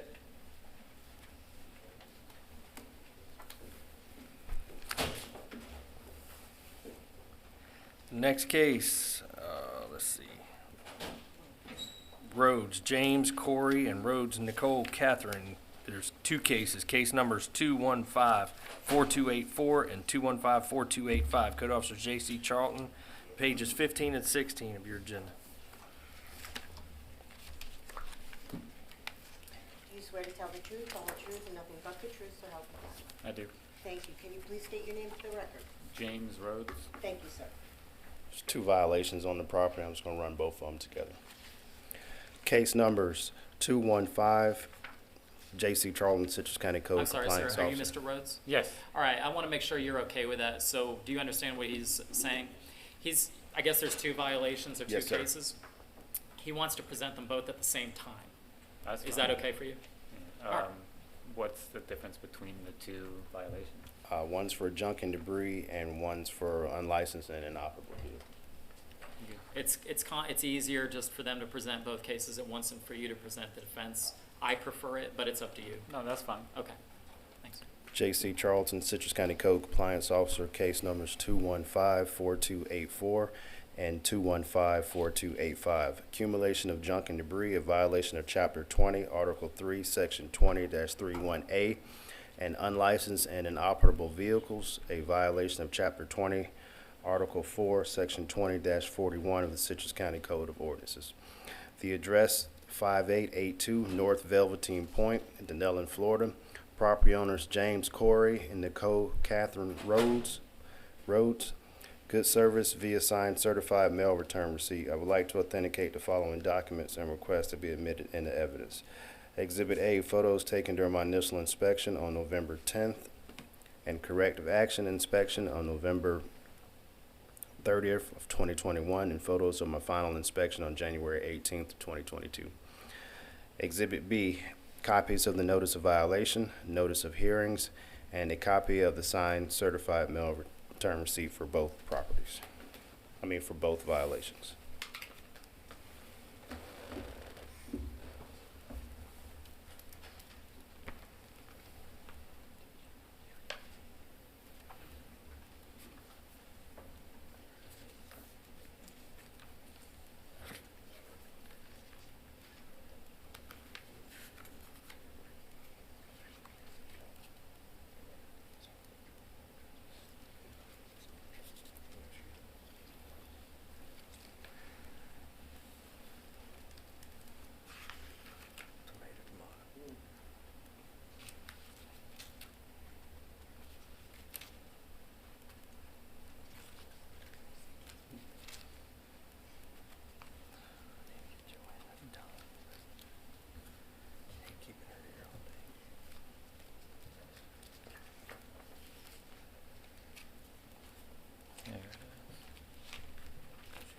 Sir, do you have any objections to what has been proposed as the evidence?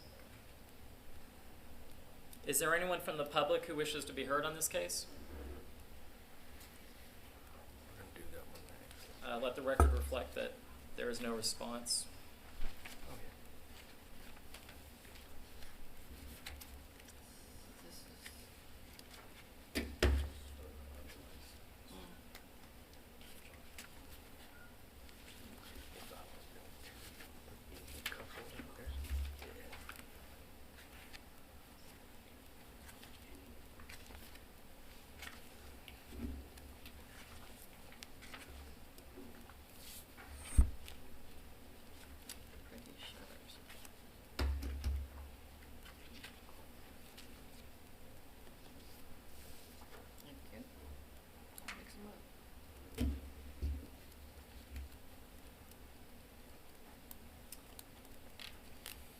Thank you. What's been proposed as exhibits A and B are evidence?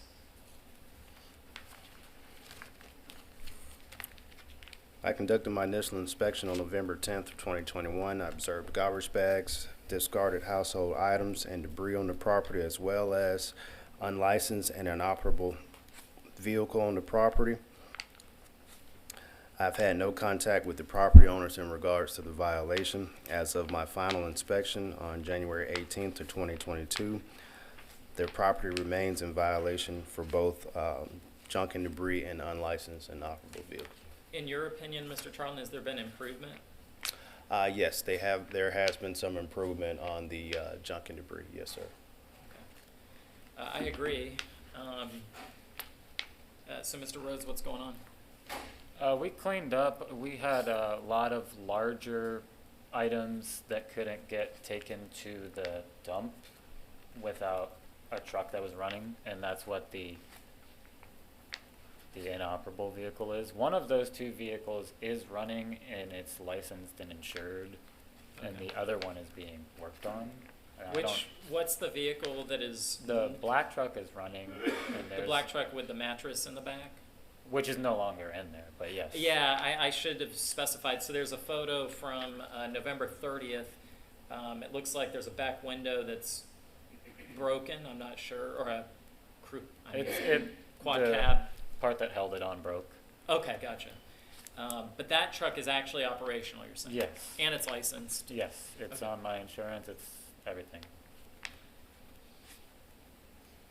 Actually, so it appears that the mattress was also there yesterday. You're saying it's been removed? No. I'm looking at a photo from yesterday. I stand corrected. No, Okay. that mattress is still there. It Okay. can be easily removed, but Yeah. there Um, used to be a lot more stuff in the back of that truck. What are the vehicles that are not operable? The boat appears to not have registration, and the trailer had a flat tire during Oh, my okay. Yes, that boat is not operating. It's quite large, so that was my biggest question, is we were looking into building a covering around it until we can get it fixed to block it from view. I don't know if that would suffice in as far as the county is concerned. The other boat is movable. It's just a little John boat. I'm just looking at the code section to see what it actually says.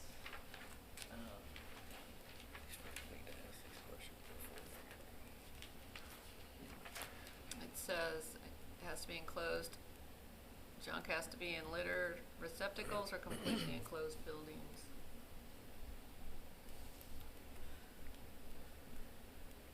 Okay, so section 20-41 talks about it being a violation to keep the inoperable vehicles, but 20-42 gives some exceptions.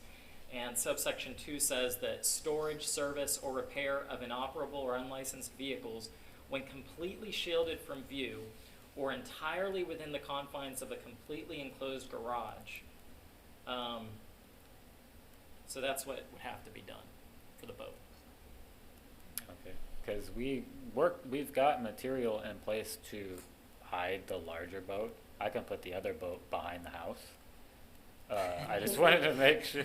I mean, When the it's a verb jump. hide is used, that's when you know there's some Well, potential issue. it's not. I don't have a vehicle to move that boat, so my only option is to block it. Well, so we've got two issues. Let's talk about this. So there's two issues. One is the inoperable vehicles, which we're including the boat and the trailer on that side of it. And then on the other side, there's the trash and debris. Now, definitely on the trash and debris, I see major improvement. But it does look like there's still stuff out there. So the real question is, on these two violations, I mean, I think it's undisputed that the violations exist. The question is, how much time would you need to fix them? I hear what you're saying, the big problem is the boat. But if you had to guess, how much time would you need? 30 days. We can do better than that. What is the county's recommendation? Citrus County Code Compliance Division respectfully requests a special master assess a fine of $50 per day along with administrative costs to begin after the date you deem sufficient to abate this violation. This amount was selected based on the actions of the property owners once they were advised of the violation. The amount is appropriately given to the severity of the violation and respondent's actions relative to this violation. We also would ask the special master additionally fine that it's respondent's responsibility to contact the Code Compliance Division when this violation has been abated to allow for reinspection. Mr. Rose, the property is found to be in violation. I'm adopting the county's proposed findings of fact. We'll give you 60 days from today to abate the violations in both case numbers 215-4284 and 215-4285. I adopt the facts from the county in both cases. And you'll have 60 days for each violation, okay, to fix them. If the violation is not brought in compliance, however, in that time period, in each case, there would be a $50 per day fine, meaning if you don't fix one, that's $50 a day. If you don't, either one, it's $50 a day. If you don't fix both, it'll be $50 a day on each, and that's $100 a day. They don't depend on each other, just for the sake of the record. The fine will be recorded and will constitute a lien on your real or personal property. County Attorney's Office may seek foreclosure or money judgment on any unpaid lien of record 3 months from the date of first recording, and the property owner shall be responsible to pay all costs required by county ordinance or regulation, which may also be filed as a lien of record. Do you have any questions? No. All right, thank you, sir. Thank you. The next case, Angel Monet Robles and this one, Luis Gonzalez. Case number 2155697, Code Officer J.C. Charlton, page 17 of your agenda. Ms. Joanna Cattu is going to be the expert. Gentlemen, do you swear to tell the truth, the whole truth, and nothing but the truth, so help you God? I do. And can you please state your names for the record? Angel Monet. Thank you. And Heswan Monet. Thank you. Welcome back. Thank you.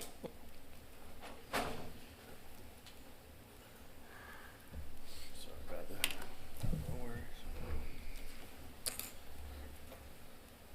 J.C. Charlton, Citrus County Code Compliance Officer. This is case number 2155697, special requirements for all accessory structures, a violation of Citrus County Land Development Code 3102A.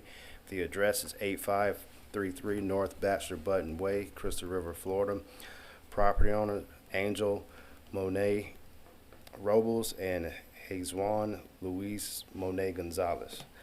Good service via signed certified mail return receipt. I would like to authenticate the following documents and request to be admitted into evidence.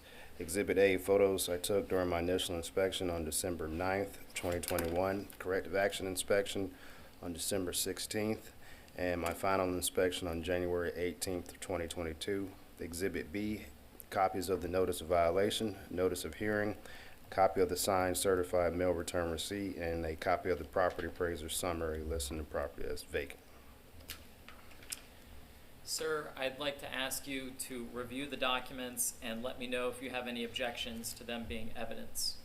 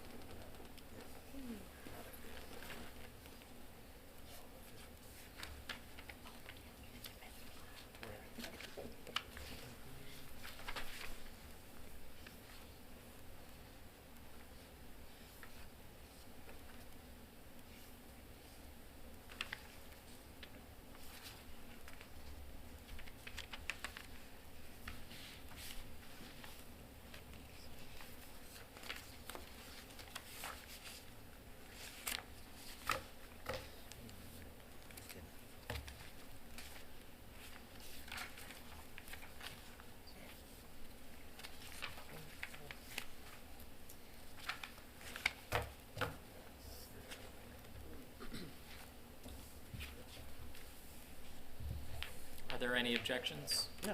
Okay, thank you. Is there anyone from the public who will want to be heard on this case?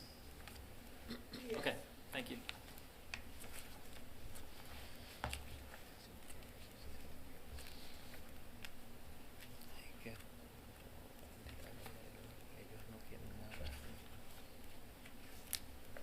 Are the animals gone? Because I see you had a violation for livestock.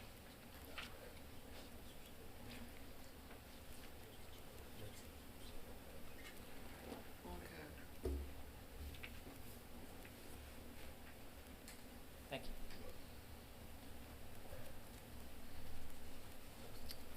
All right, then without objection, what's been proposed as exhibits A and B are evidence. I conducted my initial inspection on December 9th of 2021. I observed multiple sheds, vehicles, and animals on the vacant property. I've been in contact with the current owner and occupant of the property and explained the violation. This is the second case for this same violation on the property. As of my final inspection, the property remains in violations. All items remain on the property. I think I do remember this case. What happened to it, the first one? It was found guilty, and the ownership changed hands to Right. Mr. Monet. Right.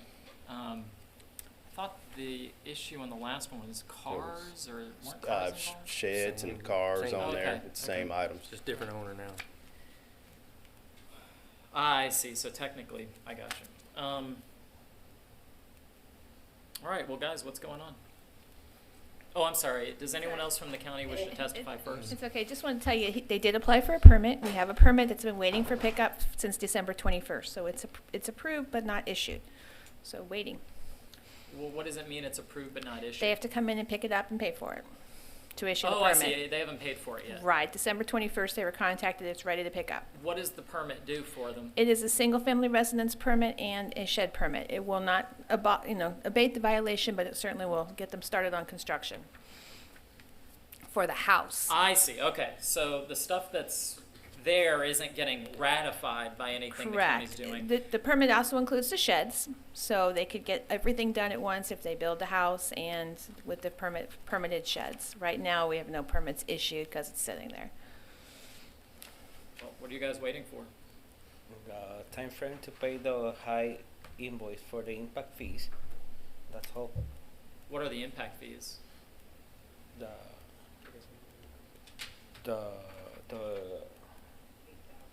the 8,000 something for the. Is it 8,000? Okay, and so you haven't picked up the permit because of the impact fee timetable? Mm-hmm. Because of the amount of it. It's about 5,000, 3,000 are about the permit. Oh, okay, so the permit. The entire permit's 8,000. Ah. The impact fees are not the entire thing. They are part of the permit issuance. Okay, so you can't afford to receive the permit right now? Right now, no. Okay. But I can do it.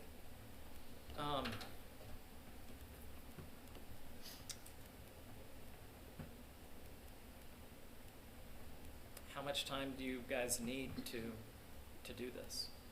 To pay the impact fees? Well, I'm curious for both. Number one, to pay the fees necessary for the permit, and number two, to build whatever you're going to build.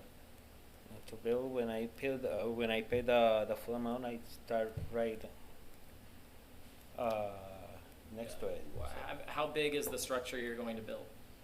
Right now, it's at about 2,000 square feet. 2,000. How long have you been told it will take to build that? Once you're ready and have the permit?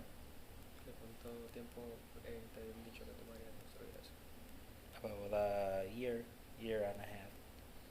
Okay.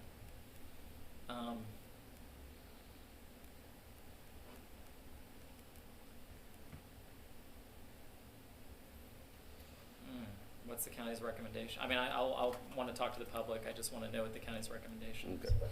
Citrus County Code Compliance Division, with respect for request, the special master assess a fine of $50 per day along with administrative costs to begin after the date you deem sufficient to abate this violation. This amount was selected based on the actions of the property owners once they were aware of the violation. This amount is appropriately given to the severity of the violation and respondent's actions relative to this violation. We would also ask the special master additionally find that this respondent's responsibility to contact the Code Compliance Division when this violation has abated to allow for reinspection. I would like to invite members of the public who wish to be heard on this case to come up, swear an oath, and give me your input.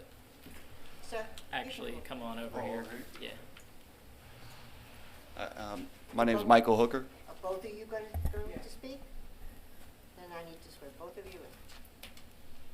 Do you swear Charity to tell the Danielson. truth, the whole truth, and nothing but the truth, so help you God? I I do. And I'm sorry, your names again. Charity Danielson. I'm Michael Hooker. Thank you.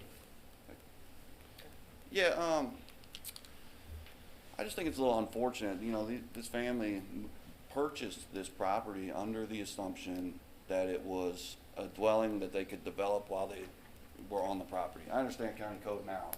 I know that, and I think they have a better understanding of that too.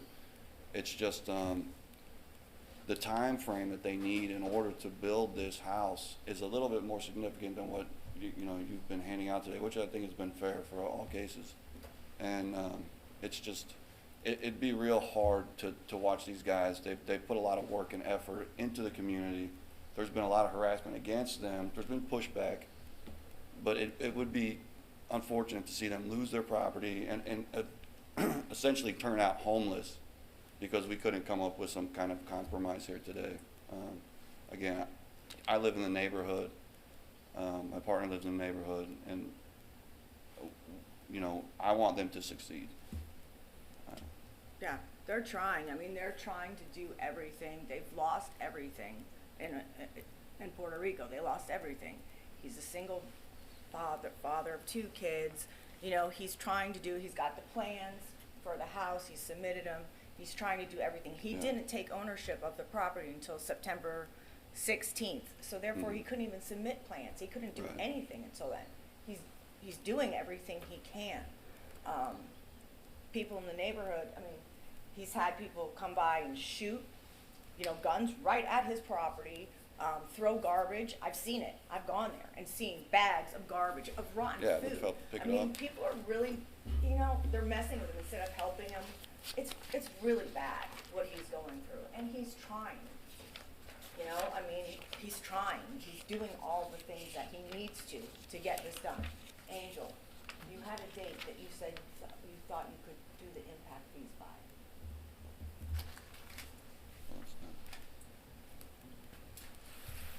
Remember we talked, and you said you thought you could do it by. Yes? Okay, let him know that. Yeah, you should let him know. Angel thinks. I be able to pay the impact fee before May or May. Well, is there any other input you have on this case? That's it. I mean, I know he submitted that, and his plans are approved. He says he can do it by May. You know, he just took ownership of the property on the 16th of December. I don't know. Again, I think it'd be really unfortunate for the county to see these people end up homeless because of some legality issues. Well, there's no risk of them ending up homeless here. That's not going to be an issue. Although if there was a lien, the county could theoretically foreclose, and I'm not representing what the county would do on that. But that's not before me. I certainly can't and wouldn't, certainly in this case, order that they be homeless. I hear what you're saying. In other words, instructing them to tear down the structures that they've got on the property. Structures or imply a fee of $50 a day. I mean, either one, the lien, it's a rough deal for them. You know, we're pretty much just asking for mercy and to try and get them to go where they can be successful. I appreciate your input. That's all. Thank you. Thank you.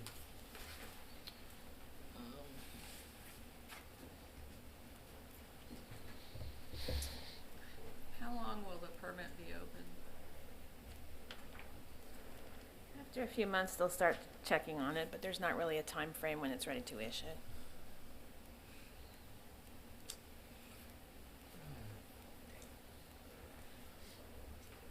I'm just thinking it through.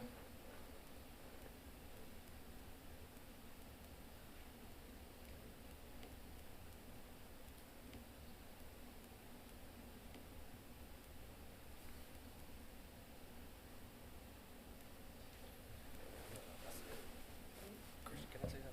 I'm sorry? Can I say something? Yeah. Yes. In light of the situation at hand, I fully understand that they didn't take ownership of the property, and I understand the lengthy time that it's taken to obtain permits, et cetera, et cetera. And I'm kind of feeling like Mr. Hooker there. I don't feel like it would be in the best interest of anybody, you know, to assess more fees when he's trying his best to do. And I may be out of place in speaking the way I'm speaking, but I got to go with my gut. I don't feel like that. The permits applied for, they've gone and had surveys, they've done all this already. I wouldn't be against an extended amount of time to aid them in getting this taken care of. Well, certainly in contrast to the other cases today, they're further ahead. They submitted a complete application, which no one else has done. They actually have a permit ready to be picked up.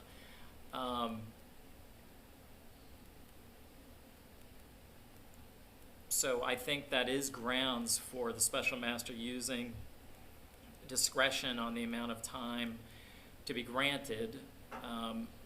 The county also has discretion on if a fine does occur, waiving that fine given circumstances. It sounds like they've done that for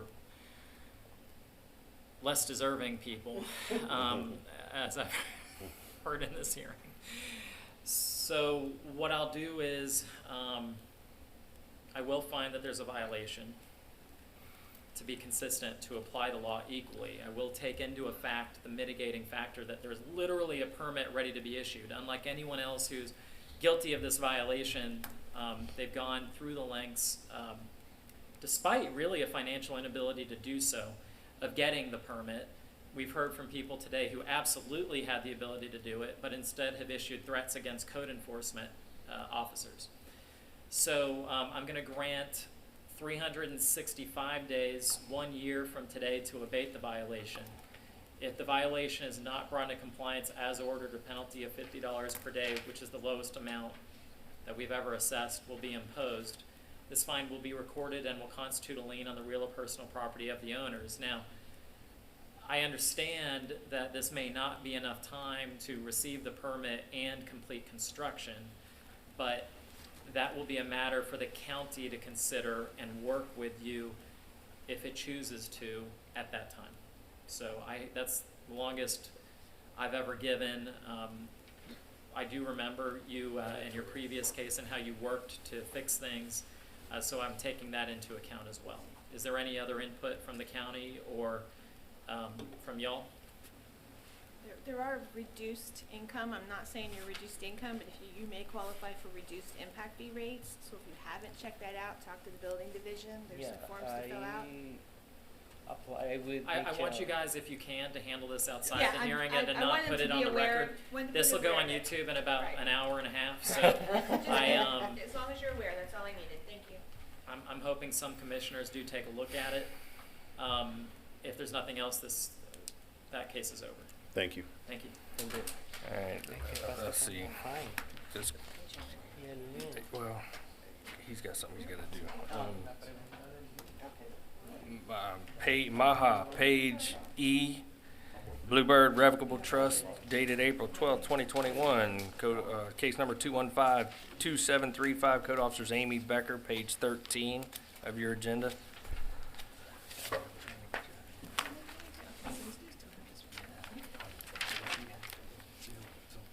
I'm sorry.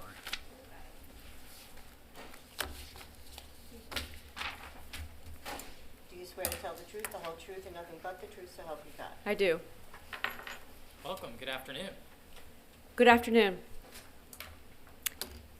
Amy Becker, Citrus County Co-Compliance Officer. This is case number 215-2735, excessive growth and accumulation of vegetation, a violation of the Citrus County Code of Ordinances, Chapter 20, Article 6, Section 20-61. The address is 3434 North Burroughs Path, Beverly Hills, Florida. The property owner is Bluebird Revocable Trust. I have good service via signed certified mail return receipt. I would like to authenticate the following documents and request that they be admitted into evidence. Exhibit A, photos taken during my initial inspection on October 15th, 2021. Photos taken on October 29th, 2021 at my corrective action inspection. Photos taken on November 4th, 2021. Photos taken on January 5th, 2022. Photos taken on my final inspection, January 14th, 2022. Exhibit B, a copy of the notice of violation, a copy of the notice of hearing, and a copy of the signed certified mail return receipt signed for on November 27th, 2021. Thank you. Thank you. Is there anyone from the public who wishes to be heard on this case? Let the record reflect that there is no response. There's nobody else here. Thank you.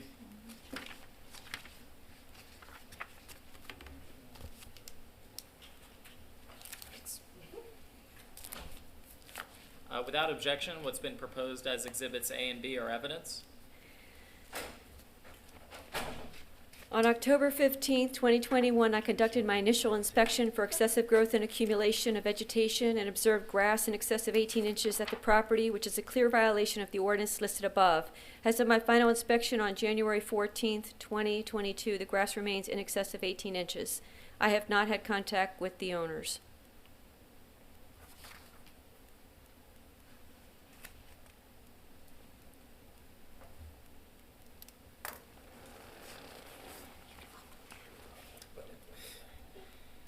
don't think this stick is right. I mean, that looks like more than 18 inches to me, but take y'all's word for it. It looks like 24 or more. Couldn't That find looks any- high. Doesn't that look like bigger than? Couldn't 18? find anywhere to certify those sticks. Huh? We couldn't find anywhere that would certify those sticks. There's got to be a market for that somewhere. Nonetheless, it's still higher than what whatever that number is. What's the county's recommendation? The Citrus County Code Compliance Division respectfully requests that the special master assess a fine of $50 per day, along with administrative costs to begin after the date you deem sufficient to abate this violation. This amount was selected based on the actions of the property owners once they were advised of the violation. This amount is appropriate given the severity of the violation and the respondent's actions relative to this violation. We would also ask that the special master additionally find that it's the respondent's responsibility to contact the Code Compliance Division when the violation has been abated in order to allow for reinspection.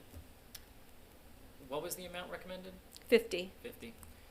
I adopt the county's proposed findings of fact. The property is found to be in violation. The property owner is granted 30 days from the date of the order to abate the violation. If the violation is not brought into compliance as ordered, a penalty of $50 per day will be imposed. This fine will be recorded and will constitute a lien on the real or personal property of the owner. The county attorney's office may seek foreclosure or money judgment on any unpaid lien of record 3 months from the date of first recording, and the property owner shall be responsible to pay all costs required by county ordinance or regulation, which may also be filed as a lien of record. Thank you. The next case, Barbara G. Langer, case number 2150780, Code Officer George Pearson, page 9 of your agenda. You see where Amy's trying to imitate me? Oh. Okay, the case number on this is 2150782. My name is George Pearson. I'm a code compliance officer. The violation is overgrown unkept lawn, a violation of Citrus County Ordinance, Chapter 20, Article 6, Section 20-61. The address is 1110 North Beach Park Drive, Inverness, Florida 34453. Property owner is Barbara G. Langer. Service was made good by posting a copy of the notice of hearing at the property and at the bulletin board dedicated to such postings at the Lecanto Government Center. I would like to authenticate and request the following be entered into evidence. Exhibit A, photographs that I took on September 15, 2021. The photographs depict the violation of overgrown unkept lawn. Exhibit B, copies of notice of violation, notice of hearing, notice of affidavit of posting. And Exhibit C, photographs on January 14, 2022. The violation was not resolved. The lawn has not been mowed.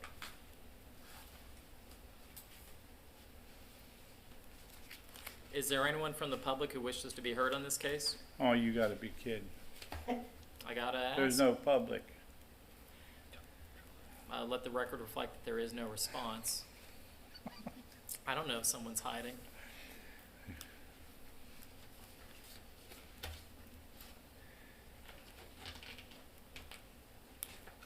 There's all kinds of things that I don't expect to happen that do. Right? No, thank you.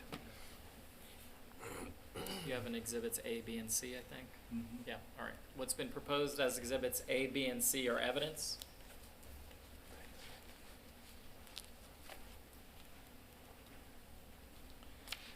I conducted an inspection on this property on September 15th, 2021. I observed a violation of overgrown unkept lawn with grass and weeds in excess of 18 inches. A door hanger was posted on the property advising the violation and requested to be contacted. I contacted the property manager, who was guardian asset. They advised that the lawn would be mowed. I have been in touch with them several times, the last being 2 weeks prior to this hearing. The notice of violation was issued on October the 29th, 2021. The notice of hearing was issued on December 15, 2021. And on my final inspection on January 14th, 2022, a compliance, and the property was not in compliance, the violation was not resolved. What's the county's recommendation? The Citrus County Code of Compliance Division respectfully requests that the special master assess a fine of $100 per day, along with administrative costs to begin after the date you deem sufficient to abate this violation. The amount was selected based on the actions of the property owners once they were advised of the violation. The amount is appropriate given the severity of the violation and the respondent's actions relative to this violation. We would also ask the special master to find that it is the respondent's responsibility to contact the Code Compliance Division when the violation has been abated in order to allow for reinspection.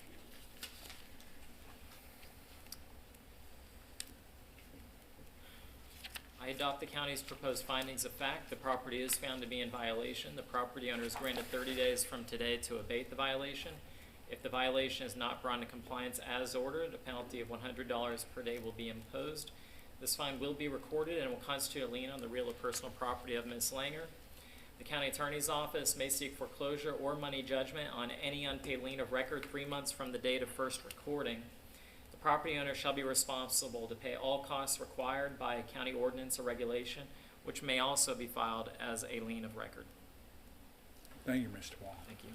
All right, the final case today, Idle Tuesday, LLC, case number 214-8930, Code Officer J.C. Charlton, page 8 of your agenda. Ms. Joanna Cattouse, the expert.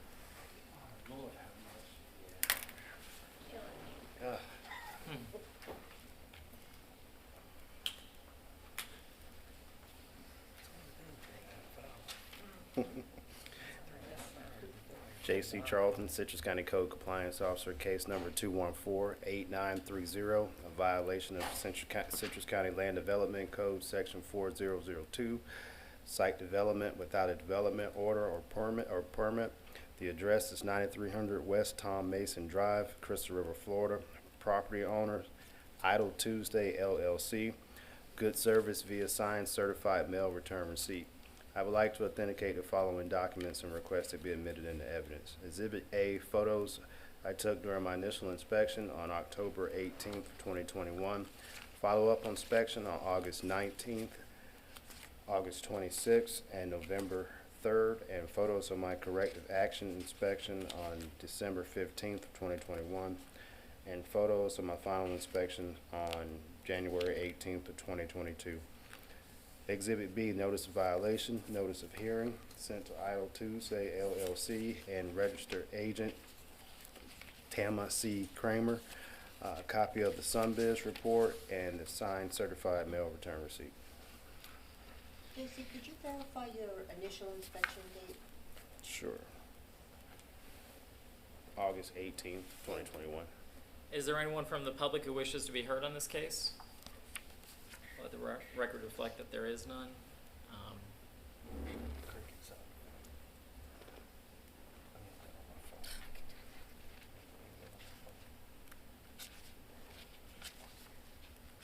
Kidding.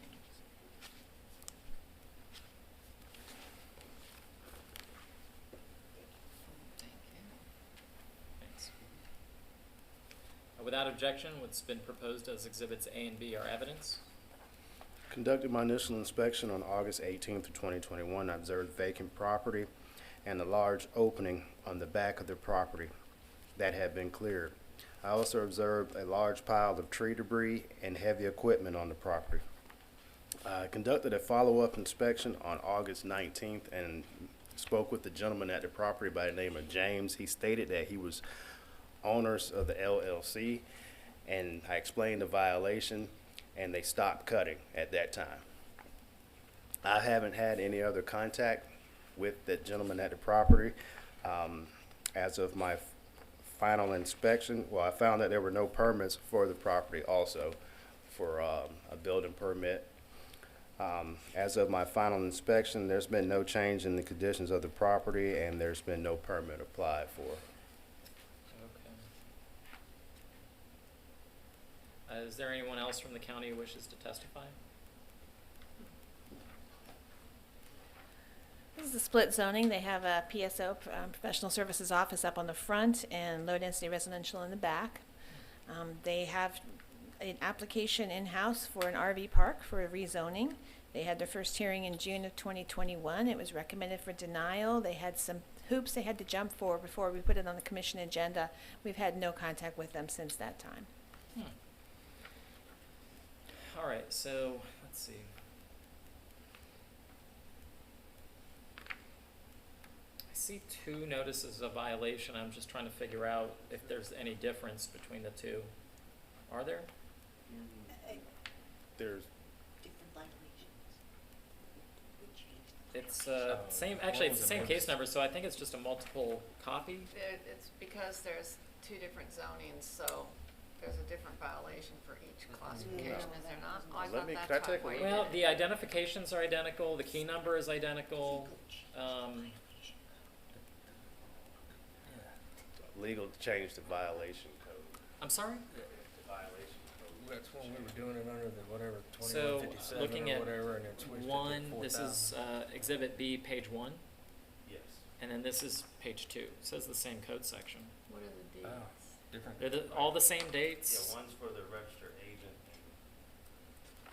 Oh, okay. Yeah, one's for. So one went to the registered agent, one went to, thank you. Yes, That great, great, great. Thank you. Okay. All right.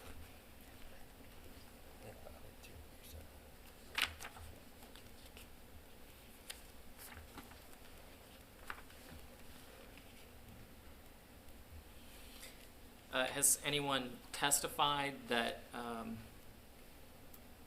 there is no site development plan or preliminary plat here? I can verify we have none. All we have is this rezoning application, which has not been finalized Okay. and would not give them vesting for that. That's what I needed. What's the county's recommendation? Due to the nature of this violation and the time that was given for this violation, to be resolved, the Citrus County Code Compliance Division respectfully requests a special master assess a fine of $300 per day along with administrative costs began after the date you deem sufficient to abate this violation. This amount was selected based on the actions of the property owners once they were advised of the violation. This amount is appropriately given to the severity of the violation and respond as actions relative to this violation. We would also ask the special master find that it is responsibility of the property owners to contact the Code Compliance Division once this violation has been abated to allow for reinspection. How do they abate this? They can obtain a permit or a development order. No. Then how can I do $300 per day? I believe in a previous hearing, we determined that it could be abated when they successfully obtained a site development plan. Like after the fact kind of thing. I believe that's true because it says, Under that code, you can't do one-time fine. I mean, what they've done is irrevocable, right? You know, they've cleared it, but it sounds like they could get out of a continuing violation if they actually, well, actually, I don't know what, based on the zoning that they want to do, I'm not sure it would get them out of it.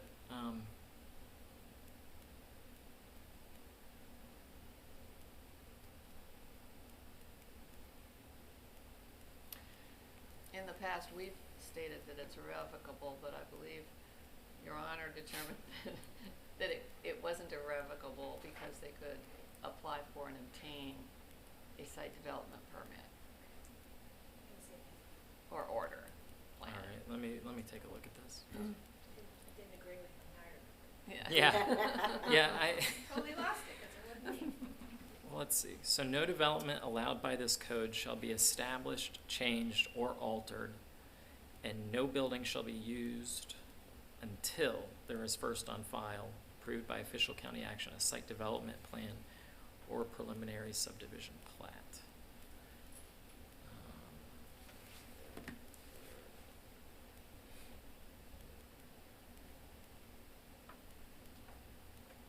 Site development plan shall be required for any following are exempt from this requirement.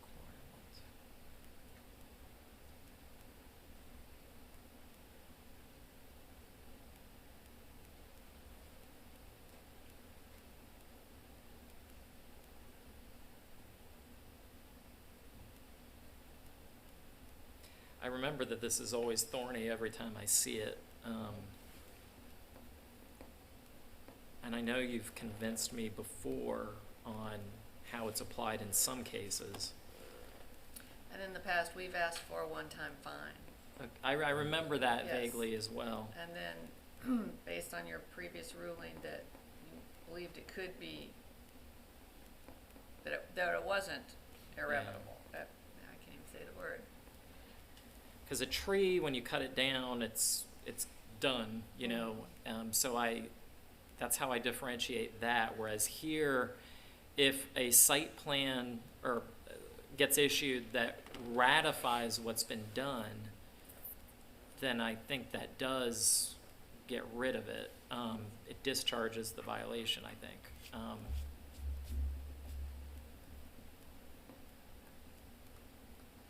Okay, so I'll do that. I'll adopt the county's proposed findings of fact. I'll find that the property is in violation. The property owner, well, I don't know how long it takes. How long does it normally take to go through that process?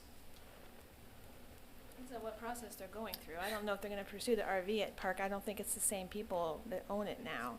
I think it's different owners, so I don't know what they're trying to do. Okay. Just theoretically, if it was a one-time violation, you know, and that was appropriate here, what would the county recommend? A one-time fine. How much did they cut down? Yeah, for the amount, at least maybe approximately 2 acres that was cut. Because when you walk in there, it opens up, it's quite large, the amount, you know.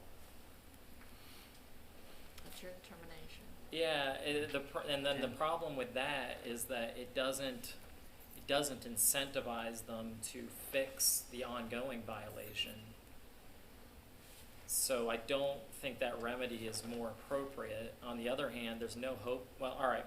Property owners property is found to be in violation. The property owner is granted 90 days from today to abate the violation. If the violation is not brought into compliance as ordered, a penalty of $300 per day will be imposed.